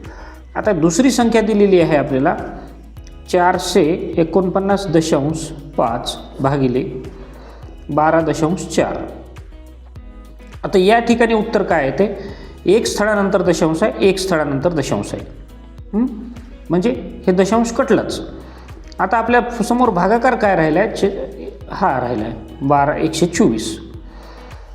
मग आता वरचे 2 शून्य कटले. उत्तर काय आहे 3625. आता इथं 2 शून्य होते म्हणजे 2 शून्य जर इथं कटले आणि भागाकार केला तर 36.25 हे उत्तर येतं आहे 42व्या प्रश्नाचं. तर 42व्या प्रश्नाचं जे उत्तर आहे पर्याय क्रमांक बी येते. आता 43वा प्रश्न वाचू आपण. 2046 कमीत कमी एकदा वापरून होणाऱ्या 5 अंकी मोठ्यात मोठ्या व लहानात लहान संख्येतील फरक. आता हा जो 43वा जो प्रश्न आहे तर ह्याच्यात मोठीत मोठी संख्या आपण अगोदर सुरुवात करूया, तयार करू. म्हणजे 6 4 2 0 उतरत्या क्रमानं संख्या लिहायच्या. त्यानंतर छोट्यात छोटी संख्या तयार करताना 0 दुसऱ्या क्रमांकावर. प्रत्येक अंक कमीत कमी एकदा वापरून तयार होणाऱ्या मोठ्यात 5 अंकी. आता पहा प्रत्येक अंक कमीत कमी एकदा वापरायचा आहे. म्हणजे प्रत्येक अंक आलाच पाहिजे. आणि संख्या तर 5 अंकी. आपल्याला अंक दिले 4. मग आपल्याला मोठ्यात मोठी संख्या तयार करत असताना हा अंक 2दा घ्यावा लागेल. 66,420 1 2 3 4 5 अंकी संख्या तयार झाली. आता आपल्याला छोट्यात छोटी संख्या तयार करायची पण प्रत्येक अंक आला पाहिजे याच्यातला बरं का, हे दिलेल्या अंकातला. मग हा 2 घेतला आपण. त्यानंतर हा 0 2दा घेतला. अलग लक्षात. म्हणजे एक अंक आपण 2 वेळा वापरू शकतो. मग 4 आणि 6. आता आपण वजाबाकी करून बघूया. मोठ्यात मोठ्या आणि लहानात लहान 5 अंकी संख्येतील. म्हणजे याने इथं उसना दिल्यामुळे इथे 1 राहिले. 10मधून 6 गेले 4 उरले.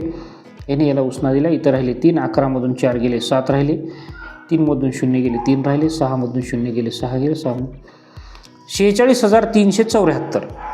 आता हे पहा इथं हे पर्याय क्रमांक 1 उत्तर आले. बरेच वेळी काय होतं हा 5 अंकी शब्द आपण लक्षात घेत नाहीत आणि आपल्याकडनं चूक होऊन बसते आणि ते आपल्याला काय होतं की उत्तर चुकू शकतो. 44वा प्रश्न बघा. आता 44वा जो प्रश्न आहे. एका शाळेतील एकूण विद्यार्थी संख्येच्या 2/3 मुली आहेत. जर मुलांची संख्या 1440 असेल तर मुलींची संख्या डॅश आहे. आता मुलींची संख्या माहीत नाही आपल्याला. मुलींची संख्या माहीत नाही.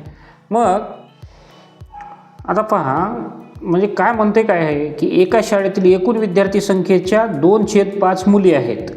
आता इथं जर आपण हे केलं तर एकूण विद्यार्थी किती होते मग त्या शाळेत माहीत नाही. जर मुलं दिलेत 1440 एकूण विद्यार्थी म्हणजे एकूण विद्यार्थी बरोबर x मानू आपण x मानले. त्याच्यात 2/3 म्हणजे x म्हणजे x गुणिले 2/5 3 नाही बरं का मुली आहेत. म्हणजे मुलीची संख्या आता इथं खाली काही नसतं म्हणजे 1 असतं. 2x/5. मुलांची संख्या किती आहे? मुले बरोबर 1440. आता ह्याचं समीकरण आपण तयार करू शकतो. म्हणजे मुले अधिक मुले बरोबर एकूण विद्यार्थी. एकूण विद्यार्थी किती आहेत मग? x आहेत बरोबर. मुली किती आहेत? 2x/5 अधिक मुले किती आहेत? 1440. खाली काय नाही म्हणजे छेद 1. आता याला समच्छेद करण्यासाठी या अंशाला आणि छेदाला आपण सारख्या संख्येनं गुणावं लागतं. म्हणजे 1ला 5नं गुणायचं आणि वरच्याला 5नं गुणायचं म्हणजे समच्छेद होतं. x बरोबर 2x/5 अधिक 5 0 0 5 चोक 20ला 2 हातचे आले 2 5 चोक 20 सन 2 22ला 2 हातचे आले 2 5 1 5 2 7 छेद 5 1 5. आता छेद समान झाले. म्हणजेच आता आपण असं लिहू शकतो x बरोबर 2x अधिक 7220 आणि दोन्हीपैकी हे दोन्हीची बेरीज छेद 5. आता हा छेदातला जो भागिले 5 हा इकडे जाऊन गुणिले होतो. म्हणजेच 5 गुणिले x बरोबर 2x अधिक 7220. आता हे गणित आपल्याला हळूहळू थोडंसं खाली न्यावं लागेल. म्हणजेच 5x आता हे अधिक 2x आहेत इकडे येऊन काय होते बरोबर चिन्हाच्या वजा 2x बरोबर 7220. 5 मग x आता हे सजातीय पदे आहेत 5x आणि 2x. पहा मी बऱ्याच वेळी म्हणतो की हे म्हणजे 7वीचं हे आहे पदावली चल सहगुणक. मग 5 मधून 2 गेले 3x बरोबर 7220. तर x बरोबर हे 3 इकडे जाऊन भागाकारात आले. मी इथंच लिहितो आता इथं तुम्हाला दिसावं म्हणून. 3 1 3 अंशाला आणि छेदाला सारखा भागातला 3 दोन्ही 6 1 आला 3 चोक 12 3 0 0 3 0 0. म्हणजेच एक्सची किंमत आली 2400. म्हणजे त्या शाळेत किती मुलं आहेत? 2400 मुलं आहेत. एकूण विद्यार्थी आहेत. मुलं म्हणजे इथं मुले मुली मिळून म्हणलं. मग मुलांची संख्या दिली आहे 1440 आहे. थांबा 1440. मग हे वजा केले की मुली निघतात. 0तून 0 गेले 0 याने इथं उसना दिला इथं राहिले 3 10 मधून 4 गेले 6 3 मधून 4 जात नाहीत मग 2 कडनं उसना गेला 13 मधून 4 गेले 9 4 13. 960 काय आल्या? मुली आल्या आणि 1440 मुली आहेत त्या ठिकाणी. मग आपण पर्याय क्रमांक जो आहे हा पर्याय क्रमांक D 960. अशा पद्धतीने हे गणित आहे विद्यार्थी मित्रांनो. बारकाईनं लक्षात घ्यायचं थोडंसं.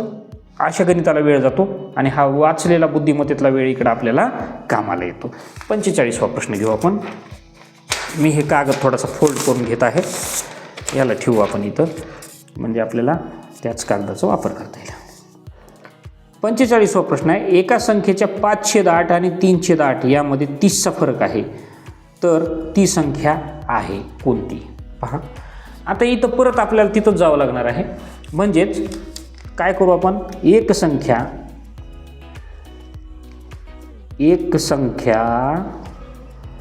बरोबर x मानू. आता x चे x चे 5/8 5x/8 मी डायरेक्ट करायलो कारण ची म्हणजे गुणाकार असतो तो आत्ताच आपण मागच्या उदाहरणात केला. आणि 3/8 3x/8 यांचा फरक बरोबर किती आहे? वजाबाकी जर केली तर उत्तर काय येतं? 30 येतं. आता आपल्याला एवढं शिकलोत आपण छेद समान आहेत ज्याचा अंश मोठा तो अपूर्णांक मोठा असतो इथं. मग 8ला 8 समान छेद आहे म्हणून तसंच ठेवलं. 5x - 3x बरोबर 30. 5 मधून 3 गेले 2x बरोबर 30 आणि हे भागाकारातला 8 इकडे जाऊन गुणाकारात घेतलं गुणिले 8. मग x बरोबर इथं हे जे गुणाकारात आहे इकडे जाऊन भागाकारात आलं. मी इथंच लिहिलो. परीक्षेत जागा कशी वाचवायची हे पहा. तुम्हाला एक स्टेप लिहित नाही मी इथं. डायरेक्ट हे 2 या इकडे भागाकारात आलं. 2 1 2 2 चोक 8. मग x बरोबर 4नं 30ला गुणायचं म्हणजेच 120 येते. आलं लक्षात? 120 येते. तर 45वा जो प्रश्न आहे त्याचं उत्तर पहा. आलेलंच आहे आपल्याला 120. हा पर्याय क्रमांक ए. कसं केलं? हे अगदी सोप्या पद्धतीनं केलं आणि जागा पण वाचवली. आपल्याला काम करायला जागा लागते ना. परीक्षेत वेगळे जास्त कागद नाहीत मिळत. प्रश्नपत्रिकेच्या ठिकाणी जिथं कच्च्या कामासाठी जागा दिलेली असते छोटे छोटे कॅल्क्युलेशन आपल्याला त्या ठिकाणी करावे लागतात. 46वा प्रश्न बघा. हे 56 आहे. इथं एक स्टार दिला आहे. आणि 891. तर स्टारच्या जागी पुढीलपैकी कोणता अंक लिहिल्यास या संख्येला 11ने पूर्ण भाग जाईल? 11ने. मोठा अवघड प्रश्न आहे आणि 11नं भाग घालूनच बघावं लागणार आहे. कारण पहा 11 5 55 एक उरतं एक. मग इथं जर 3 घेतलं तर 11 एक 11. म्हणजेच हे 3 पहिला पर्याय 891. पटपट करून बघू आपण. जाऊ द्या. 11 5 55 एक उरलं. 11 एक 11. 12 13 2 उरले. 11 2 22 6 उरले. 11 सक 66 नाही जात. आता दुसरा पर्याय आहे 1. पर्याय नाही त्याला. आता आपल्याला हेच करणं आहे. 11 5 55 एक उरलं. 11 एक 11. आता काहीच नाही उरलं. 8 आहे. 8ला भाग जात नाही. शून्याचा भाग दिला. 11 8 88. पुन्हा एक उरलं. 11 एक 11. भाग गेला ना. निश्चित भाग गेला. 5 1 0 8 1 एकक दशक शतक 1051,081 उत्तर आलं. आणि आपण पर्याय क्रमांक काय इथं काय घातलं? 1 घातले. म्हणजे बी पर्याय आहे. 46 उत्तर आहे. पहा आपल्याला सापडून गेलं बी. आणि या ठिकाणी काही ट्रिक वगैरे नाही वापरली जात विद्यार्थी मित्रांनो. माझ्या माहितीप्रमाणे तर इथं आपल्याला अशाच पद्धतीनं कार्य करावं लागतं. 47 गणित आपण घेऊ. मध्यान्हपूर्व म्हणजे दुपारच्या अगोदर 1:25 मग हे मध्यान्हपूर्व होईल का? नाही. मध्यान्हपूर्व 1:25 वाजता. मध्यान्होत्तर म्हणजे दुपारी 12च्या नंतर. मध्यान्ह दुपारी 12ला होते. हे मध्यान्हपूर्व 1:25 मिनिटाला घड्याळातील मिनिट काटा आणि तास काटा यामध्ये होणारा कोणता असेल? तर हे घड्याळ आहे. इथं 12, इथं 6, हे 3 आणि 9. इथं 25 मिनटं असतात. 1 2 हा सेंटर आहे. 1ला हा काटा इथं जातो आणि हा काटा 25कडे येतो. 1:25. कोणता कोण आहे सांगा तुम्ही? इथं हा विशाल कोण आहे. आलं का लक्षात? तर ही इथं बरोबर असा हा काटकोन राहिला असता. मात्र त्याच्यापेक्षाही पुढे गेलेला आहे म्हणजे विशाल कोण आहे. म्हणजे इथं पर्याय क्रमांक डी 1:25. त्यांनी मध्यान्हपूर्व म्हणजे रात्रीची 1:25 बरं का. 48वा प्रश्न बघू आता आपण. 48वा प्रश्न आहे. आपण 6 केळी किंवा 5 संत्र्याची किंमत 25 रुपये आहे. 6 केळी ऑब्लिक 5 संत्री यांची किंमत आहे 25 रुपये. तर 18 केळी आणि 10 संत्री यांची किंमत होईल. 18 केळी ऑब्लिक नाही आणि म्हणते. पहा कसं आहे. म्हणजे 6 केळी जर 25 रुपयाला तर सायंत्रिक 18 केळी 75 रुपयाला अधिक 10 संत्री 5 संत्री 25 रुपयाला तर 10 संत्री 25 आणि 25 50 रुपयाला. ही चीज बेरीज करून आपण 5 7 5 12 125 रुपये. मग पर्याय क्रमांक सी प्रश्न आहे 48वा. 48व्याचं सी उत्तर. इथं फक्त एवढं होतं. आपण प्रचंड बर्डनमध्ये असतो आणि आपल्याला वाटते किंवा 18 केळी किंवा 10 संत्रे असंच धरायला जातो. मी सुद्धा रेष ओढली होती नाही म्हणायला काय. परंतु अशा चुका होऊ शकतात. इथं आणि किंवा हा शब्द वापरलेला आहे. 6 केळी किंवा 5 संत्री म्हणजे तुम्ही 6 केळी घ्या नाही तर 5 संत्री घ्या 25 रुपये. मग 18 केळी आणि 10 संत्री म्हणजे 18 केळीचे पैसे अधिक 10 संत्र्याचे पैसे म्हणजे 6 केळीचे पैशाला 3 न गुणायचं सायंत्रिक 18 होते ना. मग 25 त्रिक 75 रुपये आले. आलं का लक्षात? तर अशा पद्धतीनं आपण हे गणित सोडवलं. आता पुढचा प्रश्न बघूया आपण. 49वा प्रश्न. 250 मीटर लांबीच्या एका आगगाडीस एक खांब ओलांडण्यास 12 सेकंद लागतात. ती गाडी अर्ध्या तासात किती अंतर जाईल? एक खांब आहे. हा ओलांडायचा आहे.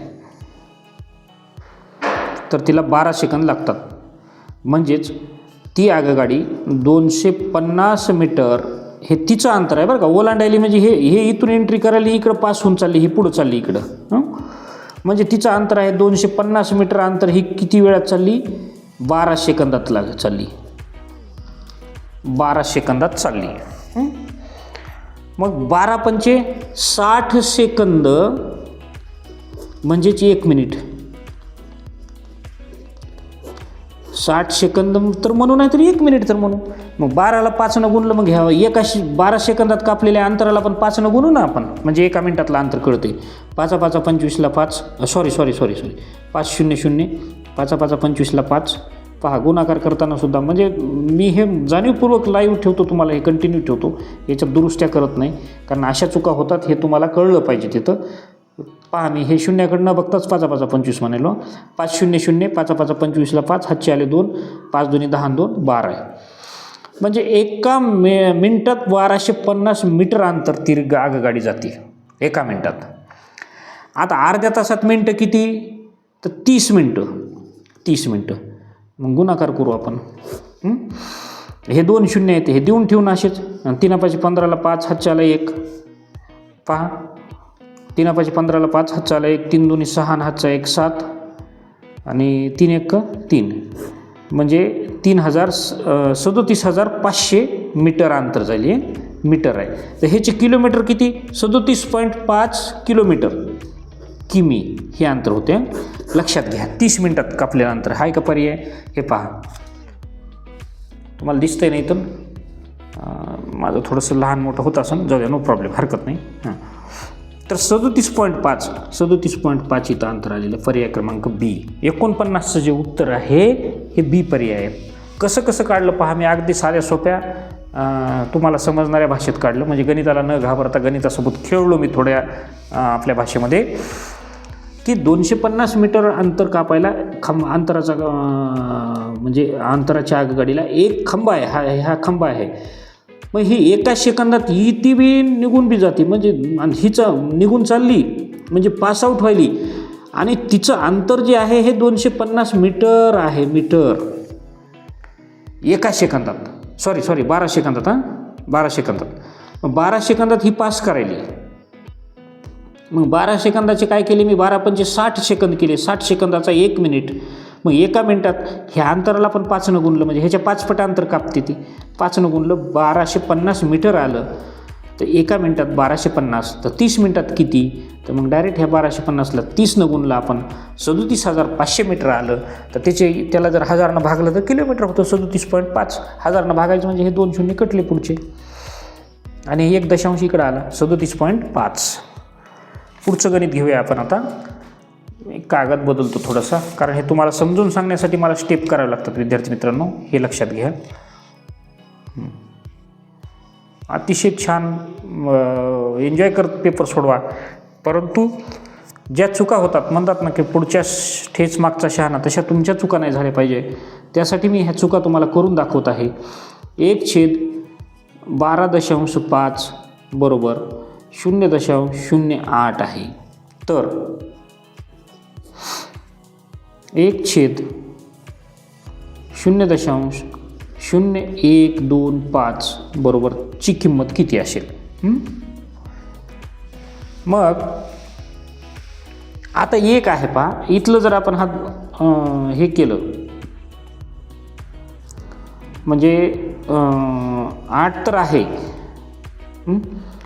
पण आता ह्या दशांश जर काढला आपण, दशांश तर 1 2 3 4 शून्य वर जातात, म्हणजे 1च्या पुढे 1 2 3 4 शून्य जातात, आणि खाली 125 उरतं. 125 गुणिले 250, 250 गुणिले 2 500, म्हणजे 500 गुणिले 2 म्हणजे 125च्या काय व्हायला आपण 3 2 2 हे करायला, 2 अधिक 2 2 4 4 2 8, 125 8000. मग काय उरलं आहे? 1 शून्य उरला. तर हा शून्य जर दिला आपण, तर 50व्याचं जे उत्तर आहे हे पर्याय क्रमांक सी राहील, 80 उत्तर येईल. म्हणजे ह्याचा उत्तर हेच रेफरन्सच नाही घेतला आपण. काय केलं? नाही कळालं असं तर 5नं काटा ना, काय फरक पडाले. जाऊ दे, आपण हे केलं 5नं भागाकार करायचं, थोडंसं मोठं होऊन जाईल. दाखवतो तुम्हाला करून मी की हा दशांश उडवला, एक जागेवर तसंच आहे. थोडंसं खाली लिहावं लागेल, बरं हरकत नाही, जाऊ दे आपण बघू. जरा मोठीनं भाग घालू सुरुवातीलाच. खाली दशांश तसंच आहे. मग 125 लिहिलं. 1 2 3 4 1 2 3 4 स्थळ आहेत म्हणून 4 शून्य दिले. मग आता 25नं 25 5 सव्वाशे, 25 चोक 100 इथपर्यंत भाग घातला. 25 0 0 25 0 0 5 48 0 0. हे बघा, असं करा तसं करा, 80 उत्तर आला. काही फरक पडत नाही. 51व्या गणिताकडे येऊ आपण. 51वं गणित आहे. एका भूखंडाचे क्षेत्रफळ 30,000 चौरस मीटर आहे. जर त्याची लांबी 200 मीटर असेल तर परिमिती काढायची आहे. बघू आपण आता तो कसा आहे, आपल्याला अजून तर कळालं नाही. म्हणजे आयताकृती आहे का चौरस आकृती आहे माहीत नाही. 200 मीटर लांबी आहे आणि क्षेत्रफळ किती आहे, 30,000 चौरस मीटर आहे. चौरस मीटर. मग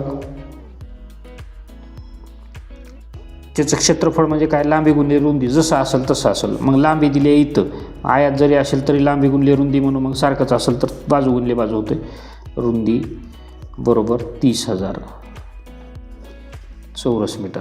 मग लांबी आहे 200 गुणिले रुंदी, मग रुंदी बरोबर 30,000 भागिले 200. हे 2 शून्य कटले, हे 2 शून्य कटले, बेक हे आले 15 30 लवाने 150, रुंदी 150. मग परिमिती काढायची आहे.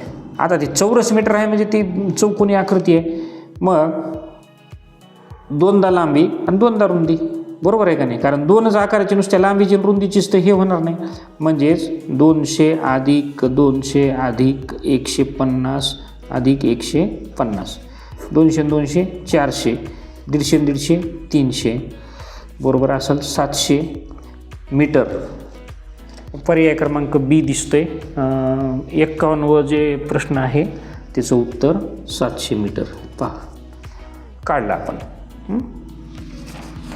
आता 52वा प्रश्न पाहू आपण. सर्वात लहान 6 अंकी संख्या आणि सर्वात लहान 4 अंकी संख्या यातील फरक.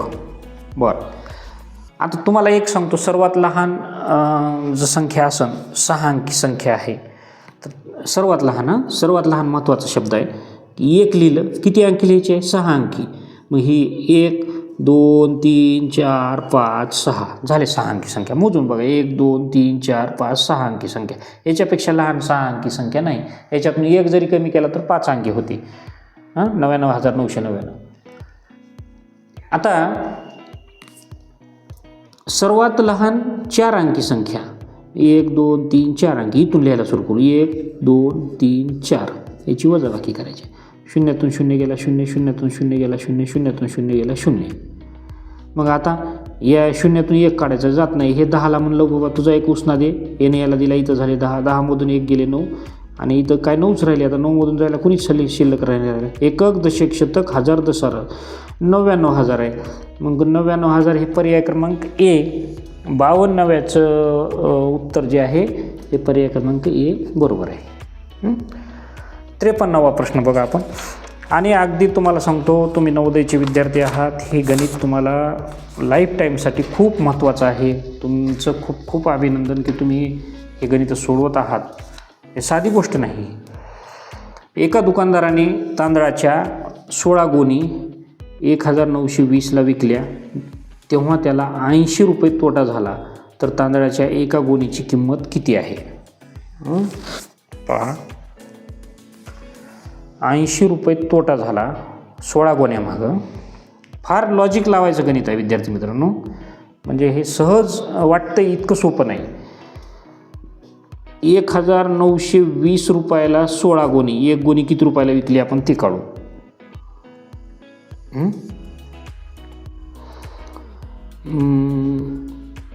8 दुनी 16, 8 दुनी 16, 17 18 19, 3 उरतात. 8 चौक 32.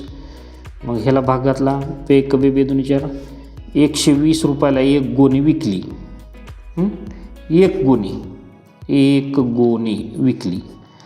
मात्र या 16 गोण्यामध्ये तर तांदळाच्या एका गोणीची किंमत आहे 120 रुपये. तर 16 गोण्यामध्ये त्याला काय झालेलं आहे, 5 रुपये तोटा झालेला आहे. 5 रुपये काय झालेलं आहे, नुकसान झाले. तांदळाच्या एका गोणीची किंमत काढायची आहे तुम्हाला. 53वा प्रश्न आहे. तर 80 भागिले 16, 16 एक 16, 16 85, एका गोणी मागं 5 रुपये तोटा झाला. म्हणजे 120ला विकली आणि 5 रुपये तोटा मिळून 125 रुपये. नाही तर 120 आलं म्हणून आपण पटकन पर्याय एक करून मोकळं होतो. नाही, हे तोटा झाला का म्हणून दिले त्यानं, कशासाठी दिलेलं आहे हे सुद्धा आपण लक्षात घेतलं पाहिजे. म्हणजे 5 रुपये तोटा झाला म्हणजे त्याची त्या गोणीची किंमत होती किती होती, तर तांदळाच्या एका गोणीची किंमत 125 रुपये होती. 54वा प्रश्न घेऊ आपण आता. पहा, पुढीलपैकी कोणते विशाल कोनाचे माप आहे. याला काहीच कुठं कॅल्क्युलेशन करायची गरज नाही. 50 अंश लघु कोन आहे, 180 अंश सरळ कोन आहे, 210 अंश प्रविशाल कोन आहे. तर 90पेक्षा मोठा आणि 180पेक्षा लहान हा विशाल कोन असतो, म्हणजे तो 150. 54चं जे उत्तर आहे ते पर्याय क्रमांक डी. 55व्या प्रश्नाकडे जाऊ आपण आता. 55वा प्रश्न बघा. या आकृतीचे क्षेत्रफळ काढायचे. मी हा कागद फिरू वापरत आहे. तुम्हाला वाटेल की, आणि म्हणजे माझा हा अशाच पद्धतीने वापरण्याचा उद्देश हा आहे की तुम्हाला परीक्षेत सुद्धा छोट्या छोट्या जागेमध्ये आपलं रफ कार्य करण्याची सवय लागावी. ह्या आकृतीचं क्षेत्रफळ काढायचे विद्यार्थी मित्रांनो. हे पहा, ही 12 आहे, ही रुंदी 15 आहे, ही 12 आणि 8 20 आहे. मग आता आपण एक करू शकतो. पहा काय करू शकतो की या आकृतीचं आणि या आकृतीचं म्हणजे मिळून काढू शकतो, किंवा या संपूर्ण आकृतीला गृहीत धरून काढायचं आणि ह्याचं वजा करायचं.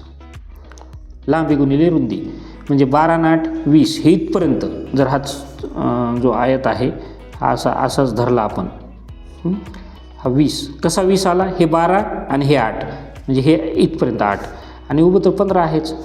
म्हणजेच लांबी गुणिले रुंदी 15 हे 0 0 15 2 30 300 चौरस मीटर. आता उरलं काय, ह्याच्यातून हे वजा करायचं आहे. हे 8 आणि 8 पंचे 40 चौरस मीटर. हे जर वजा केलं तर हे 0 आणि ह्याच्यातून उसण्यातून जात नाही, मग 3च्या जागेवर 2 राहिले, याने उसना दिला. 10मधून 4 गेले 6, 260 चौरस मीटर. हे काय झालं, ह्या आकृतीचं क्षेत्रफळ झालं. तर 260 जो आहे 55वा प्रश्न, त्याचं पर्याय क्रमांक डी हे उत्तर आलेलं आहे. किती लवकर सोडवलं पहा बरं, 1 मिनिटाचा सुद्धा वेळ लागला नाही. तर अशा पद्धतीनं आपण आता 56वा प्रश्न आपण थोडं वर घेऊ. याला 56वा प्रश्न पाहू. 56वा प्रश्न आहे. एका चंचू पात्रात 90 मिलीलिटर पाणी आहे. चंचू पात्राचा 4/5 भाग रिकामा आहे. तर चंचू पात्र पाण्याने पूर्ण भरण्यासाठी त्यात किती पाणी ओतावे लागेल. बरं, पूर्ण भरण्यासाठी म्हणजे पूर्ण भरण्यासाठी चंचू पात्र पूर्ण भरण्यासाठी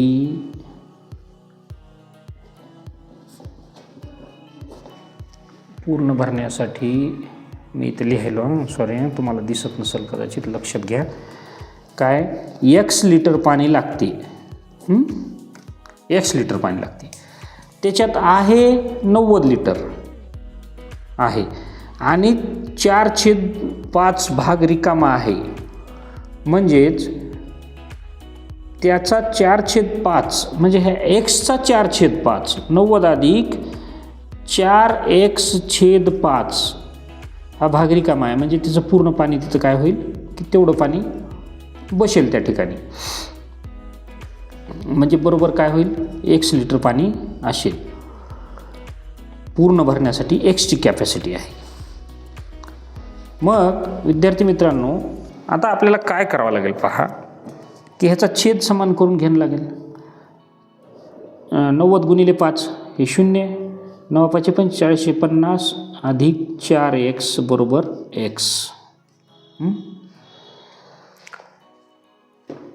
तर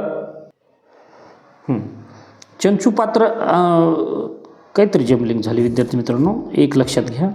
चंचुपात्र पूर्ण भरण्यासाठी x लिटर पाणी लागते. पूर्ण भरण्यासाठी x लागते.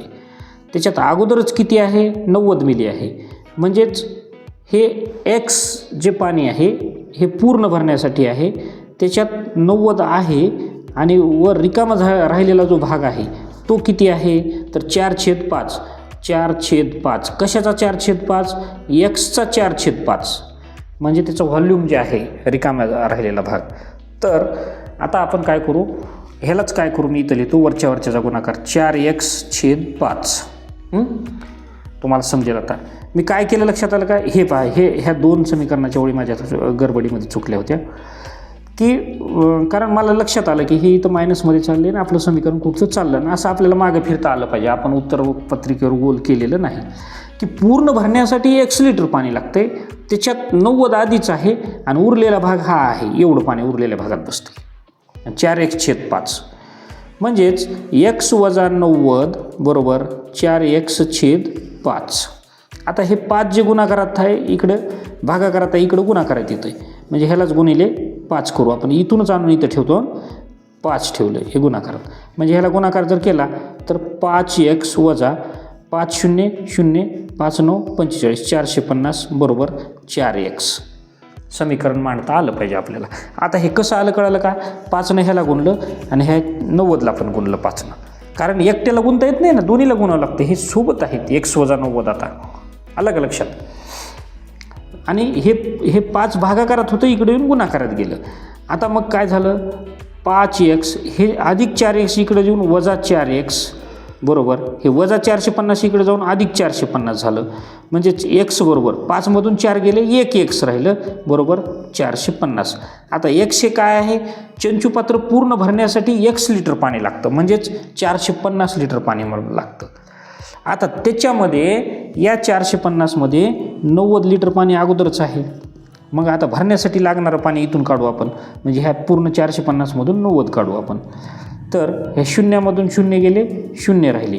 5मधून 9 जाते का? नाही जात. मग हे 3 राहिले, इथं 15 झाले. 15मधून 9 गेले, 6 राहिले. 3मधून जायला कोणीच नाही. 360 लिटर पाणी हे काय लागतं? सॉरी मिलीलिटर, ml आहे ना, मिली. 360 मिली पाणी कशाला लागतं की आणखीन भरण्यासाठी. तर 360 हा पर्याय आहे आपला. इथं पर्याय क्रमांक बी. 56चं जे उत्तर आहे हे पर्याय क्रमांक बी आहे. आता 57वा प्रश्न बघू आपण. दिसते तुम्हाला 57वा प्रश्न काय म्हणतो? 90 गुणिले 80 मीटर मापाच्या भूखंडाचे 30 गुणिले 20 मीटर आकाराचे आयताकृती भागात वाटप करायचे आहे. दिलेल्या भूखंडाचे तयार होणारे भाग किती? मग हा जो भूखंड आहे थोडाच फरक आहे ना, 90 गुणिले 80 म्हणजे हा 90 असेल तर हा 80 असेल. मग ह्याचं क्षेत्रफळ काढू आपण. 90 गुणिले 80 लांबी गुणिले रुंदी. आता हे करत असताना काय करायचं? गुणाकारात 0 असले की ते 0 पुढे ठेवायचे. 2 0 ठेवले, 9 8 72 7200 चौरस मीटर. 7200 चौरस मीटर. मी इथं लिहितो वर चौरस मीटर ह्याचं क्षेत्रफळ आहे. मग त्याच्यामध्ये काय करायचे? 30 गुणिले 20चे छोटे छोटे तुकडे करायचेत. हे 20 आणि हे 30 राहू दे, कसंही काय हरकत नाही. म्हणजे 20 गुणिले 30 किंवा 30 गुणिले 20 हे पण आपण असंच करूया. 2 0 ठेवून बेत्रिक 6. 600 चौरस मीटरचे भाग करायचे, म्हणजे भागायचे. म्हणजे 7200 चौरस मीटरला 600 चौरस मीटरनं भागायचं. हे 2 0 कटले, हे 6 1 6 1 उरला. मग इथं काय झाले? 12 झाले. 6 2 12 12 सकून 72 12. तर 57वा जो प्रश्न आहे त्याचे म्हणजे हे छोटे छोटे 12 भाग होतात. पर्याय क्रमांक डी हे याचं उत्तर आहे. आलं का लक्षात? आता 58वा प्रश्न बघूया. 58वा प्रश्न मी थोडं खाली घेतो तुम्हाला दिसण्यासाठी. हा इकडं आहे आणि हे केलेला गणिताचा भाग इथं ठेवून देऊ, झाकून ठेवू. आपण कन्फ्यूज नको व्हायला, आपल्याला जागा बी होते उपलब्ध. 58वा प्रश्न काय म्हणतो? पुढीलपैकी कोणत्या घड्याळातील काठ्यामध्ये लघुकोन झालेला आहे? हे पहा, इथं नाही, इथं सरळ कोण आहे, इथं काटकोन आहे. म्हणजे हे किती सोपं काम आहे हे. इथं एका सेकंदात उत्तर. हे असे गणिताचे वाचलेले जे मिनिटं सेकंद असतात ते आपल्याला पुढं वापरायला कामाला येतात. 59वा प्रश्न आहे. पुढीलपैकी सर्वात मोठी संख्या आहे 9.900 900 असं नाही वाचत हां, 9.09. इथं 9 शून्य आहे, इथं 09 आहे. हे पहिल्या स्थळापर्यंत 9 सर्वात मोठी संख्या बघायचा 009 आणि 9.0009 म्हणजे सर्वात मोठी संख्या जी आहे पर्याय क्रमांक ए 9.900. दशांशाच्या नंतर पहिल्यांदा आकडा आहे. आता आपण 60वा प्रश्न बघूया. पुढील स्तंभालेखात वेगवेगळे खेळ खेळणाऱ्या विद्यार्थ्यांची माहिती दिलेली आहे. बॅडमिंटन खेळणाऱ्या विद्यार्थ्यापेक्षा क्रिकेट व टेबल टेनिस खेळणाऱ्या विद्यार्थ्यांची संख्या कितीने जास्त आहे? अगोदर आपण काय करू, हे बॅडमिंटन खेळणारे किती आहेत? बॅडमिंटन बरोबर 20 विद्यार्थी आहेत. किती आहेत? 20. मग क्रिकेट खेळणारे कितीने जास्त आहे हे बघायचं. हे बॅडमिंटनचा स्तंभ इथपर्यंत गेला 20पर्यंत. क्रिकेटचे हे 25. हे पहा, क्रिकेटचा स्तंभ 25पर्यंत गेला. आणि टेबल टेनिसचे 10. म्हणजे क्रिकेट आणि टेबल टेनिसचे मिळून किती झाले? 35 झाले. आणि ते बॅडमिंटनपेक्षा कितीनं जास्त आहेत? 20पेक्षा 15नं 35 जास्त आहेत. म्हणजेच 60वा प्रश्नाचं उत्तर जे आहे हे डी, पर्याय क्रमांक डी आलेला आहे. हे इथं गोल केलं मी, दिसत नसेल तुम्हाला एखाद्या वेळेस उत्तर. हे हा प्रश्नच फार मोठा आहे विद्यार्थी मित्रांनो, दिसत नाही तुम्हाला. ठीक आहे, यालाच वर घेतो. हां, आणि तुम्हाला सांगतो मी काय होतं की बॅडमिंटन खेळणाऱ्या विद्यार्थ्यांपेक्षा क्रिकेट आणि टेबल टेनिस खेळणाऱ्या विद्यार्थ्यांची संख्या कितीने जास्त आहे? तर 15ने जास्त आहे. साहजिकच आहे. अशा पद्धतीनं आपण गणित संपवलेलं आहे. आता आपण उतार्याकडे येऊया. प्रश्न क्रमांक 61ला आपण जाऊ. आता प्रश्न क्रमांक 61 खंड 3 प्रश्न क्रमांक 61 बघा. 4 उतारे आहेत. आपल्याला उतारा वाचायचा आहे. परंतु एक माझी सवय आहे जनरलपणे की उतारा हा वाचल्यानंतर ते थोडंसं प्रश्नवर घेतो. मी फक्त उताराच दाखवतो तुम्हाला, म्हणजे प्रश्न लिहिता. हां, पहिला उतारा. आंब्याचा गर असतो सामान्यपणे कसा? आंब्याचे झाड वाढते कसे? किती फुटापर्यंत? आंब्यापासून आपण बनवू शकतो अशी गोष्ट म्हणजे कोणती? गोड या शब्दाचा विरुद्धार्थ अर्थ आंब्याच्या झाडाला फळे लागतात. कधी लागतात ते? वर्षभरानंतर, लगेच, लागवडीनंतर, 4-5-6 वर्षांनी. मग जे उत्तर आपण असेल ते शोधू. आपण वाचूया. उन्हाळा हा शब्द आपल्या मनात काय घेऊन येतो? काहीतरी रसाळ, गोड आणि स्वादिष्ट. काहीतरी असे की जे खायला आपल्याला सर्वांना फार प्रिय असते. आंबा. आंब्याला फळांचा राजा म्हणतात. आंबे झाडांना लागतात. आंब्याचे झाड साधारणपणे 60 फुटापर्यंत वाढते. हे पहा, मी म्हणजे प्रश्न ह्याच्यामुळं अगोदर वाचला. 62व्या प्रश्नाचं उत्तर मला मिळालं इथं. आंब्याचे झाड वाढते 6 फूट 60 फूट 60 फुटापर्यंत. पर्याय क्रमांक बी. मला जे उत्तर मिळाले ते करून मी मोकळा झालो. 60 फुटापर्यंत वाढते. 62वा प्रश्न बी. आता मग आंब्याच्या झाडाला चांगली फळे येण्यासाठी गरम आणि कोरडे हवामान लागते. लागवड केल्यानंतर 4 ते 6 वर्षांनी आंब्याच्या झाडाला फळे येतात. 4 ते 6 वर्षानंतर. म्हणजे हे 65व्या प्रश्नाचं उत्तरसुद्धा मला हे का मिळून गेले 4 ते 6. हरकत नाही ना, मी हे सिक्वेन्सनंच जावं असं काही नाही. मला जर परफेक्ट उत्तरे उतार्या वाचत मिळून जात असतील तर तो सुद्धा माझ्यासाठी फायदा आहे. बरं. फळ सोनेरी, पिवळे, हिरवे अथवा लाल जर्द असते. फळाचा गर सामान्यपणे गडद नारंगी छटा असलेल्या पिवळ्या रंगाचा असतो. पिवळ्या रंगाचा. आंब्याचा गर कसा असतो? हिरव्या रंगाचा, लाल जर्द रंगाचा, सोनेरी पिवळ्या रंगाचा, गडद नारंगी छटा असलेल्या पिवळ्या रंगाचा. हा पर्याय क्रमांक डी आहे. पहिल्याचं उत्तर डी. आता एकच 2 प्रश्न राहिलेत. सॉरी, 2 राहिलेत. मग तो गोड रसाळ असून त्याला सर्वाधिक स्वादिष्ट गंध असतो. फळाला एकच मोठी बिया आतमध्ये असते. आंब्यापासून लोणची, मुरब्बे, रस, मिठाई बनते. आंबे जीवनसत्वांनी व खनिजांनी समृद्ध असतात. आंब्यापासून काय बनवू शकतो आपण? लोणची. जीवनसत्वे अगोदरच असतात. मेन ते खनिजे हे काही नाही. म्हणजे हे उत्तर मिळालं. आता राहिला प्रश्न 64वा. तर हा आपल्या ह्याच्यावर असतो. गोड या शब्दाला विरुद्धार्थी शब्द. गोडला सरळ आहे, स्वादिष्ट, चविष्ट, रसाळ नसून कडू. हा अशा पद्धतीनं पहिला उतारा झाला. पहा बरं किती सोपा झाला. दुसरा उतारा बघू आपण. उतारा क्रमांक 2 वाचायला सुरुवात करूया आणि थोडेसं प्रश्न अगोदर वाचून घेऊ आपण. एक महत्त्वाची सूचना आहे. हा उतारा सोडवताना आपण पहिला उतारा सोडवताना अगोदर 62वा प्रश्न सापडला म्हणून 62ला गोल केलं, पुन्हा 65वा केला, पुन्हा 63वा. मात्र हे गोल करताना इथं 62ला गोल केलं, पर्याय क्रमांक बी आहे समजा म्हटलं आणि उत्तरपत्रिकेवर 61वा बी गोल केला तर असा गोंधळ होऊ शकतो. त्यामुळं त्यासाठी सुद्धा आपण अलर्ट राहिलं पाहिजे की इथं प्रश्न कोणता आहे ना आपण उत्तरपत्रिकेवर कोणत्या क्रमांकाला गोल करायला, ह्याला सावधान असणं फार गरजेचं आहे बरं का, नाहीतर हातात आलेला मार्क जातो. दुसरा उतारा आपण वाचून पाहण्या अगोदर. मनुष्य स्वतःला आनंदी राखण्याचा विचार या गोष्टीमुळे करतो. आनंद या शब्दाचा समानार्थी शब्द स्वामी विवेकानंदांच्या मते यामुळे आनंद प्राप्ती होते. कहाणी या शब्दाचा अर्थ खालीलपैकी कोणता नाही. पराकाष्ठा करणे म्हणजे काय करणे. आता उतारा वाचू आपण. हां पहा, जीवनात प्रत्येकाचा प्रयत्न आनंदी होण्यासाठी चालू असतो. अनेक प्रकारच्या संकटांनी ग्रस्त व त्रस्त झालेली माणसे दुःखी असावीत यात आश्चर्य ते काय. पण जीवनातील सर्व सुविधांची सुबत्ता ज्याच्याजवळ आहे अशी सधन माणसे दुःखाचीच कहाणी सांगतात. अनेक बाह्य कारणांनी स्वतःला माणसे दुःखी बनवित असतात. विवेकानंदांच्या मते अहंकार रहितता व स्वार्थनिरपेक्षता याशिवाय आनंद प्राप्ती होणार नाही. मनुष्य मूर्खपणाने व स्वार्थाने स्वतःलाच केवळ आनंदी बनवण्याचा विचार करतो. आनंदी राखण्याचा विचार कशाचा? मूर्खपणाने व स्वार्थाने. बरं काय म्हणतो, माणूस स्वतःला आनंदी राखण्याचा विचार या गोष्टीमुळे करतो. मूर्खपणा व स्वार्थ म्हणले क्रोर्य, शौर्य, धैर्य, मूर्खपणा आणि स्वार्थाला अप्पलपोटेपणा शब्द आहे बरं का. 66व्या प्रश्नाचं उत्तर जे आहे हे पर्याय क्रमांक डी हे आहे. 66वा प्रश्न अप्पलपोटेपणा. इथं स्वार्थ आहे, तुम्ही हे स्वार्थच शोधताल जशाल तसा. मग सर नाही तो पर्यायचा आलेला नव्हता, नाही तर स्वार्थ म्हणजेच अप्पलपोटेपणा. आपण उतारा वाचता हा प्रश्न केलेला आहे. त्यासाठी वर्षानुवर्ष पराकाष्ठा करतो म्हणजेच प्रयत्न करतो.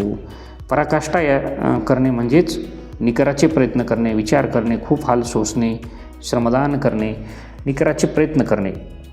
70वा प्रश्न जो आहे तो निकराचे प्रयत्न म्हणजेच पर्याय क्रमांक 1 आहे. म्हणजे सापडेल तसंच चालू होतं. आपण स्वार्थी वृत्ती अशी आहे की स्वार्थामध्ये बाधा आल्यास दुःखी बनवते, त्यामुळे ती स्वार्थी वृत्तीच त्यागावी. हा आनंदी होण्याचा उपाय ठरेल. आनंद याचा समानार्थी शब्द काय? आता आपण उत्तराकडे येऊया. आनंद म्हणजे आपत्ती नाही, संकट नाही. सुबत्ता म्हणजे काय की संपन्नता. तर आनंद म्हणजे हर्ष. 68वा स्वामी विवेकानंदांच्या मते यामुळे आनंद प्राप्ती होते. अहंकार असणे व अपमतलबी असणे, गर्विष्ठ नसणे व स्वार्थी नसणे, दुःखी नसणे व सुखी असणे, कष्टी होणे व मूर्ख नसणे. बरं, स्वार्थी वृत्ती त्यागावी म्हणजेच काय होईल? गर्विष्ठ नसणे आणि स्वार्थी नसणे म्हणजेच आनंदी होण्याचा तो उपाय ठरेल. काय होतं पहा, स्वार्थी वृत्तीच त्यागावी म्हणजे आनंदी होण्याचा तो उपाय ठरेल असं स्वामी विवेकानंदांना वाटतं. मग 68वा जो प्रश्न आहे तो गर्विष्ठ नसणे आणि स्वार्थी नसणे हे आहेत पर्याय क्रमांक बी. आता एक राहिले 69. कहाणी या शब्दाचा अर्थ खालीलपैकी कोणता? कहाणी म्हणजे गोष्ट, कथा. कोणता नाही बरं का. इथं बघा हे नाही खालच्या ओळीला आले, हे आपल्याला फार हे करते. कहाणी म्हणजे गोष्ट, कहाणी म्हणजे कथा, कहाणी सांगी आणि कहाणी म्हणजे व्यथा. तर 69वा जो प्रश्न आहे हा व्यथा म्हणजे दुःख, कहाणीचा अर्थ होत नाही. तिसरा उतारा आपण घेऊया आता. तिसरा उतारा पाहू, एकदा प्रश्न वाचून घेऊ. या उतार्यात कोणाला देव म्हटले आहे? मनुष्यातील देव आधी पहा असे कोण म्हणते? आपण कसली काळजी करीत नाही? गटात न बसणारा शब्द ओळखा आणि विठोबा हे डॅश आहे. बरं, आता उतारा आपण वाचूया. आपण जेथे पाहू तेथे परमेश्वरच आहे, परंतु आपण आंधळे आहोत. आपण माडातच देव पाहतो, परंतु मानवातील देव आपणास दिसत नाही. आपणास 3 तोंडाचा 8 हातांचा देव पाहिजे असतो. मनुष्याहून निराळा देव आपणास हवा असतो. मनुष्याच्या रूपाने आपल्या शेजारी उभा असलेला परमेश्वर आपणास दिसत नाही. पहा, म्हणजेच मनुष्याच्या रूपाने शेजार उभे असलेला परमेश्वर आपल्याला दिसत नाही. कोणाला देव म्हटले? या मानवाजवळ आपण भांडतो, त्याला आपण गुलाम करतो, त्याची कत्तल करतो आणि देवाची पूजा करू पाहतो. भगवंतांना याचे आश्चर्य वाटते. अरे मनुष्यातील देव आधी पहा. कोणाला देव म्हणले पहा? हा बोलता चालता देव आहे. म्हणजे या उतार्यात देव कोणाला म्हटले? तर याचं उत्तर आहे 71चं ये मनुष्यालाच देव म्हटलेला आहे. इथंच उत्तर मिळून गेले आपल्याला. मनुष्यातील देव आधी पहा असे कोण म्हणते? पहा इथं आलो मी. भगवंतांना याचे आश्चर्य वाटते. अरे मनुष्यातील देव आधी पहा. हा बोलता चालता देव आहे. याचे स्वरूप बघा. याला काय हवे नको ते बघा. दगडाच्या देवाला काय आवडते हेही आपण ठरवून टाकले आहे. गणपतीला मोदक, विठोबाला लोणी, खंडोबाला खोबरे, परंतु मानवाला काय हवे याची विवेचना आपण कधी करतो काय? आपल्या सभोवती हा 2 हातांचा देव उभा आहे. त्याच्या पोटात अन्न नाही, त्याच्या अंगावर वस्त्र नाही, त्याच्या पूजेला येतो का धावून? मग 72वा प्रश्न काय म्हणतो की मनुष्यातील देव आधी पहा असे कोण म्हणतो? मानव, भगवंत, आंधळे का झाडमाड? परमेश्वरच म्हणतो, म्हणजेच भगवंत म्हणतो. इथंच म्हटलेलं आहे. भगवंताला याचे आश्चर्य वाटते आणि इथं अरे असं म्हणून तो शब्द आलेला आहे. आपण कसली काळजी करत नाही? अंगावर वस्त्र नाही याचा, पोटात अन्न नाही याचं, मानवाला काय हवे याची, आपण माणसाला गुलाम करतो याची. 73वा जो प्रश्न आहे त्याचं उत्तर आहे मानवाला काय हवे याची आपण काळजी करत नाही. पहा देवाची आश्चर्य वाटते. 3 तोंडाचा उभा असलेला भांडतो, गुलाम करतो, त्याची कत्तल करतो. देवा मनुष्य देव हा बघू याला काय हवे नको ते पहा. म्हणजे याला काय हवे आपण पाहत नाही. गटात न बसणारा शब्द. पूजा, देव, ईश्वर, परमेश. देव, ईश्वर, परमेश हे काय आहे? एक देवासाठीच म्हटलेले संबोधने आहेत. तर पूजा ही देवाला केली जाते हे वेगळा शब्द. विठोबा हे डॅश आहे. सामान्य नाम, भाववाचक नाम, विशेष नाम, विशेषण आणि विशेष नाम. तर विठोबा हे काय आहे? तर विशेष नाम. आलं का लक्षात? विशेष नाम खास एखाद्या व्यक्तिमत्वाचे, व्यक्तीचे, प्राण्याचे एखादे विशिष्ट नाम असतं विशेष, त्याला विशेष नाम म्हणतात. आता शेवटचा उतारा बघू आपण. 4था उतारा. याचे प्रश्न अगोदर वाचू. विरुद्धार्थी शब्द लिहा. संगती, कुसंगती, विसंगती, पसंती, प्रगती. कोणत्या क्रियेसाठी प्रयास करावे लागत नाही? तारा जुळणे म्हणजे काय? ऐकण्याची वरची पायरी कोणती? आणि श्रवण कशाला म्हणावे? आता आपण उतारा वाचूया. ऐकणे म्हणजे श्रवण करणे नव्हे. तर काही कानी जे शब्द पडतात ते विनासायास कानात शिरतात. ही क्रिया ऐकण्याची असते. त्यासाठी प्रयास करावा लागत नाहीत, परंतु या कानी पडणाऱ्या शब्दांचा अर्थ समजणे, त्यांचे आकलन होणे ही ऐकण्याची वरची पायरी होय. बरं, आपण ऐकत असलेल्या मजकुरातील सूचित अर्थ समजला पाहिजे, त्याची तर्कसंगती लावता आली पाहिजे, मजकुराचा भावार्थ समजले पाहिजे, तरच त्याला श्रवण म्हणतात. आता पहा.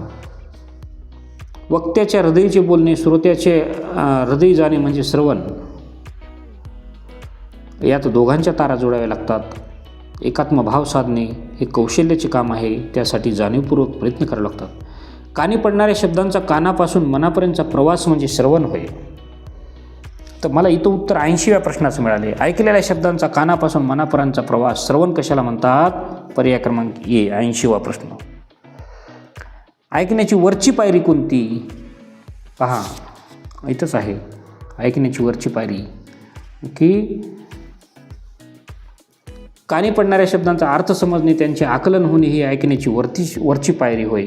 ऐकलेल्याचे आकलन न होणे, शब्दांचा अर्थ समजणे, पाहणे, ऐकलेल्या मजकुराबाबत तर्क करता येणे. तर 79वा जो प्रश्न आहे शब्दांचा अर्थ समजणे, परंतु कानी पडणाऱ्या शब्दांचा अर्थ समजणे, त्यांचे आकलन होणे ऐकण्याची वरची पायरी होय. शब्दांचा अर्थ समजणे, शब्दांचा अर्थ समजणे. तारा जुळणे म्हणजे काय? पहा की वक्त्याच्या हृदयीचे बोलणे श्रोत्याच्या हृदयी जाणे याला तारा जुळणे म्हणतात. की म्हणजेच काय होतं? हां, इथं 78वा प्रश्न. आपण थोडंसं जसं उत्तर मिळेल तसं चालायलो. मात्र एक लक्षात घ्या विद्यार्थी मित्रांनो, इथं जर मी 80वा अगोदर गोल केला आणि तुम्ही ते 76ला उत्तर करून बसलात, तुमच्या उत्तरपत्रिकेवर आले म्हणून तर चालणार नाही बरं का. त्यासाठी मग तुम्हाला जर जमत असेल तर तुम्ही सरळ सिक्वेन्सनंच चला. आलं का लक्षात? तारा जुळणे म्हणजे काय? एकात्मभाव साधणे हे कौशल्याचे काम आहे. 78 जे आहे हे तारा जुळणे म्हणजेच एकात्मभाव साधणे. कोणत्या क्रियेसाठी प्रयास करावे लागत नाहीत. कशासाठी प्रयास करावे लागत नाहीत? तर कानी पडणारे शब्द कानात शिरण्यासाठी प्रयास करावा लागत नाही, ते आपोआप जातात. श्रवण करणे म्हणजे वेगळं आहे, वक्त्याचे बोलणे हृदय जाणे वेगळं आहे, शब्दाचा अर्थ समजणे वेगळं आहे. परंतु मी आता जे बोलत आहे ते तुमच्या सहज कानी जाते. ते समजण्यासाठी तुमच्या मेंदूला ताण द्यावा लागतो, पण ऐकण्यासाठी नाही. विरुद्धार्थी शब्द लिहा. संगती, कुसंगती, विसंगती, पसंती, प्रगती. संगती म्हणजे चांगली संगती, कुसंगती म्हणजे वाईट संगती, आणि संगती विसंगती. संगती म्हणजे संगतीच्या विरुद्धार्थी विसंगती हा शब्द होतो, पर्याय क्रमांक बी. आता सुसंगतीचा कुसंगती विरुद्धार्थी शब्द होतो बरं का. इथं संगती कुसंगती वाटते. सुसंगती म्हणजे चांगल्याची संगती, कुसंगती म्हणजे वाईटाची संगती, मात्र संगती विसंगती. आलं का लक्षात? हा विरुद्धार्थी शब्द आहे. अशा पद्धतीनं आपण हा चौथाही उतारा संपवलेला आहे. विद्यार्थी मित्रांनो, लक्ष द्या, प्रश्नपत्रिका सोडवा.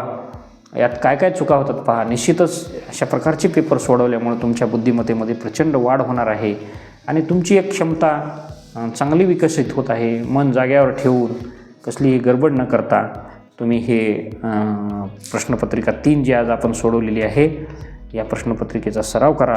आणि अगदी महत्त्वाची गोष्ट म्हणजे की तुम्ही सुरुवातीपासून आत्तापर्यंत शेवटच्या 80व्या प्रश्नापर्यंत टिकून आहात, म्हणजे तुमचे खूप खूप आभार. तुमच्यामध्ये काहीतरी क्षमता आहे, कॅपॅसिटी आहे, म्हणून तुम्ही इथपर्यंत टिकलेले आहात.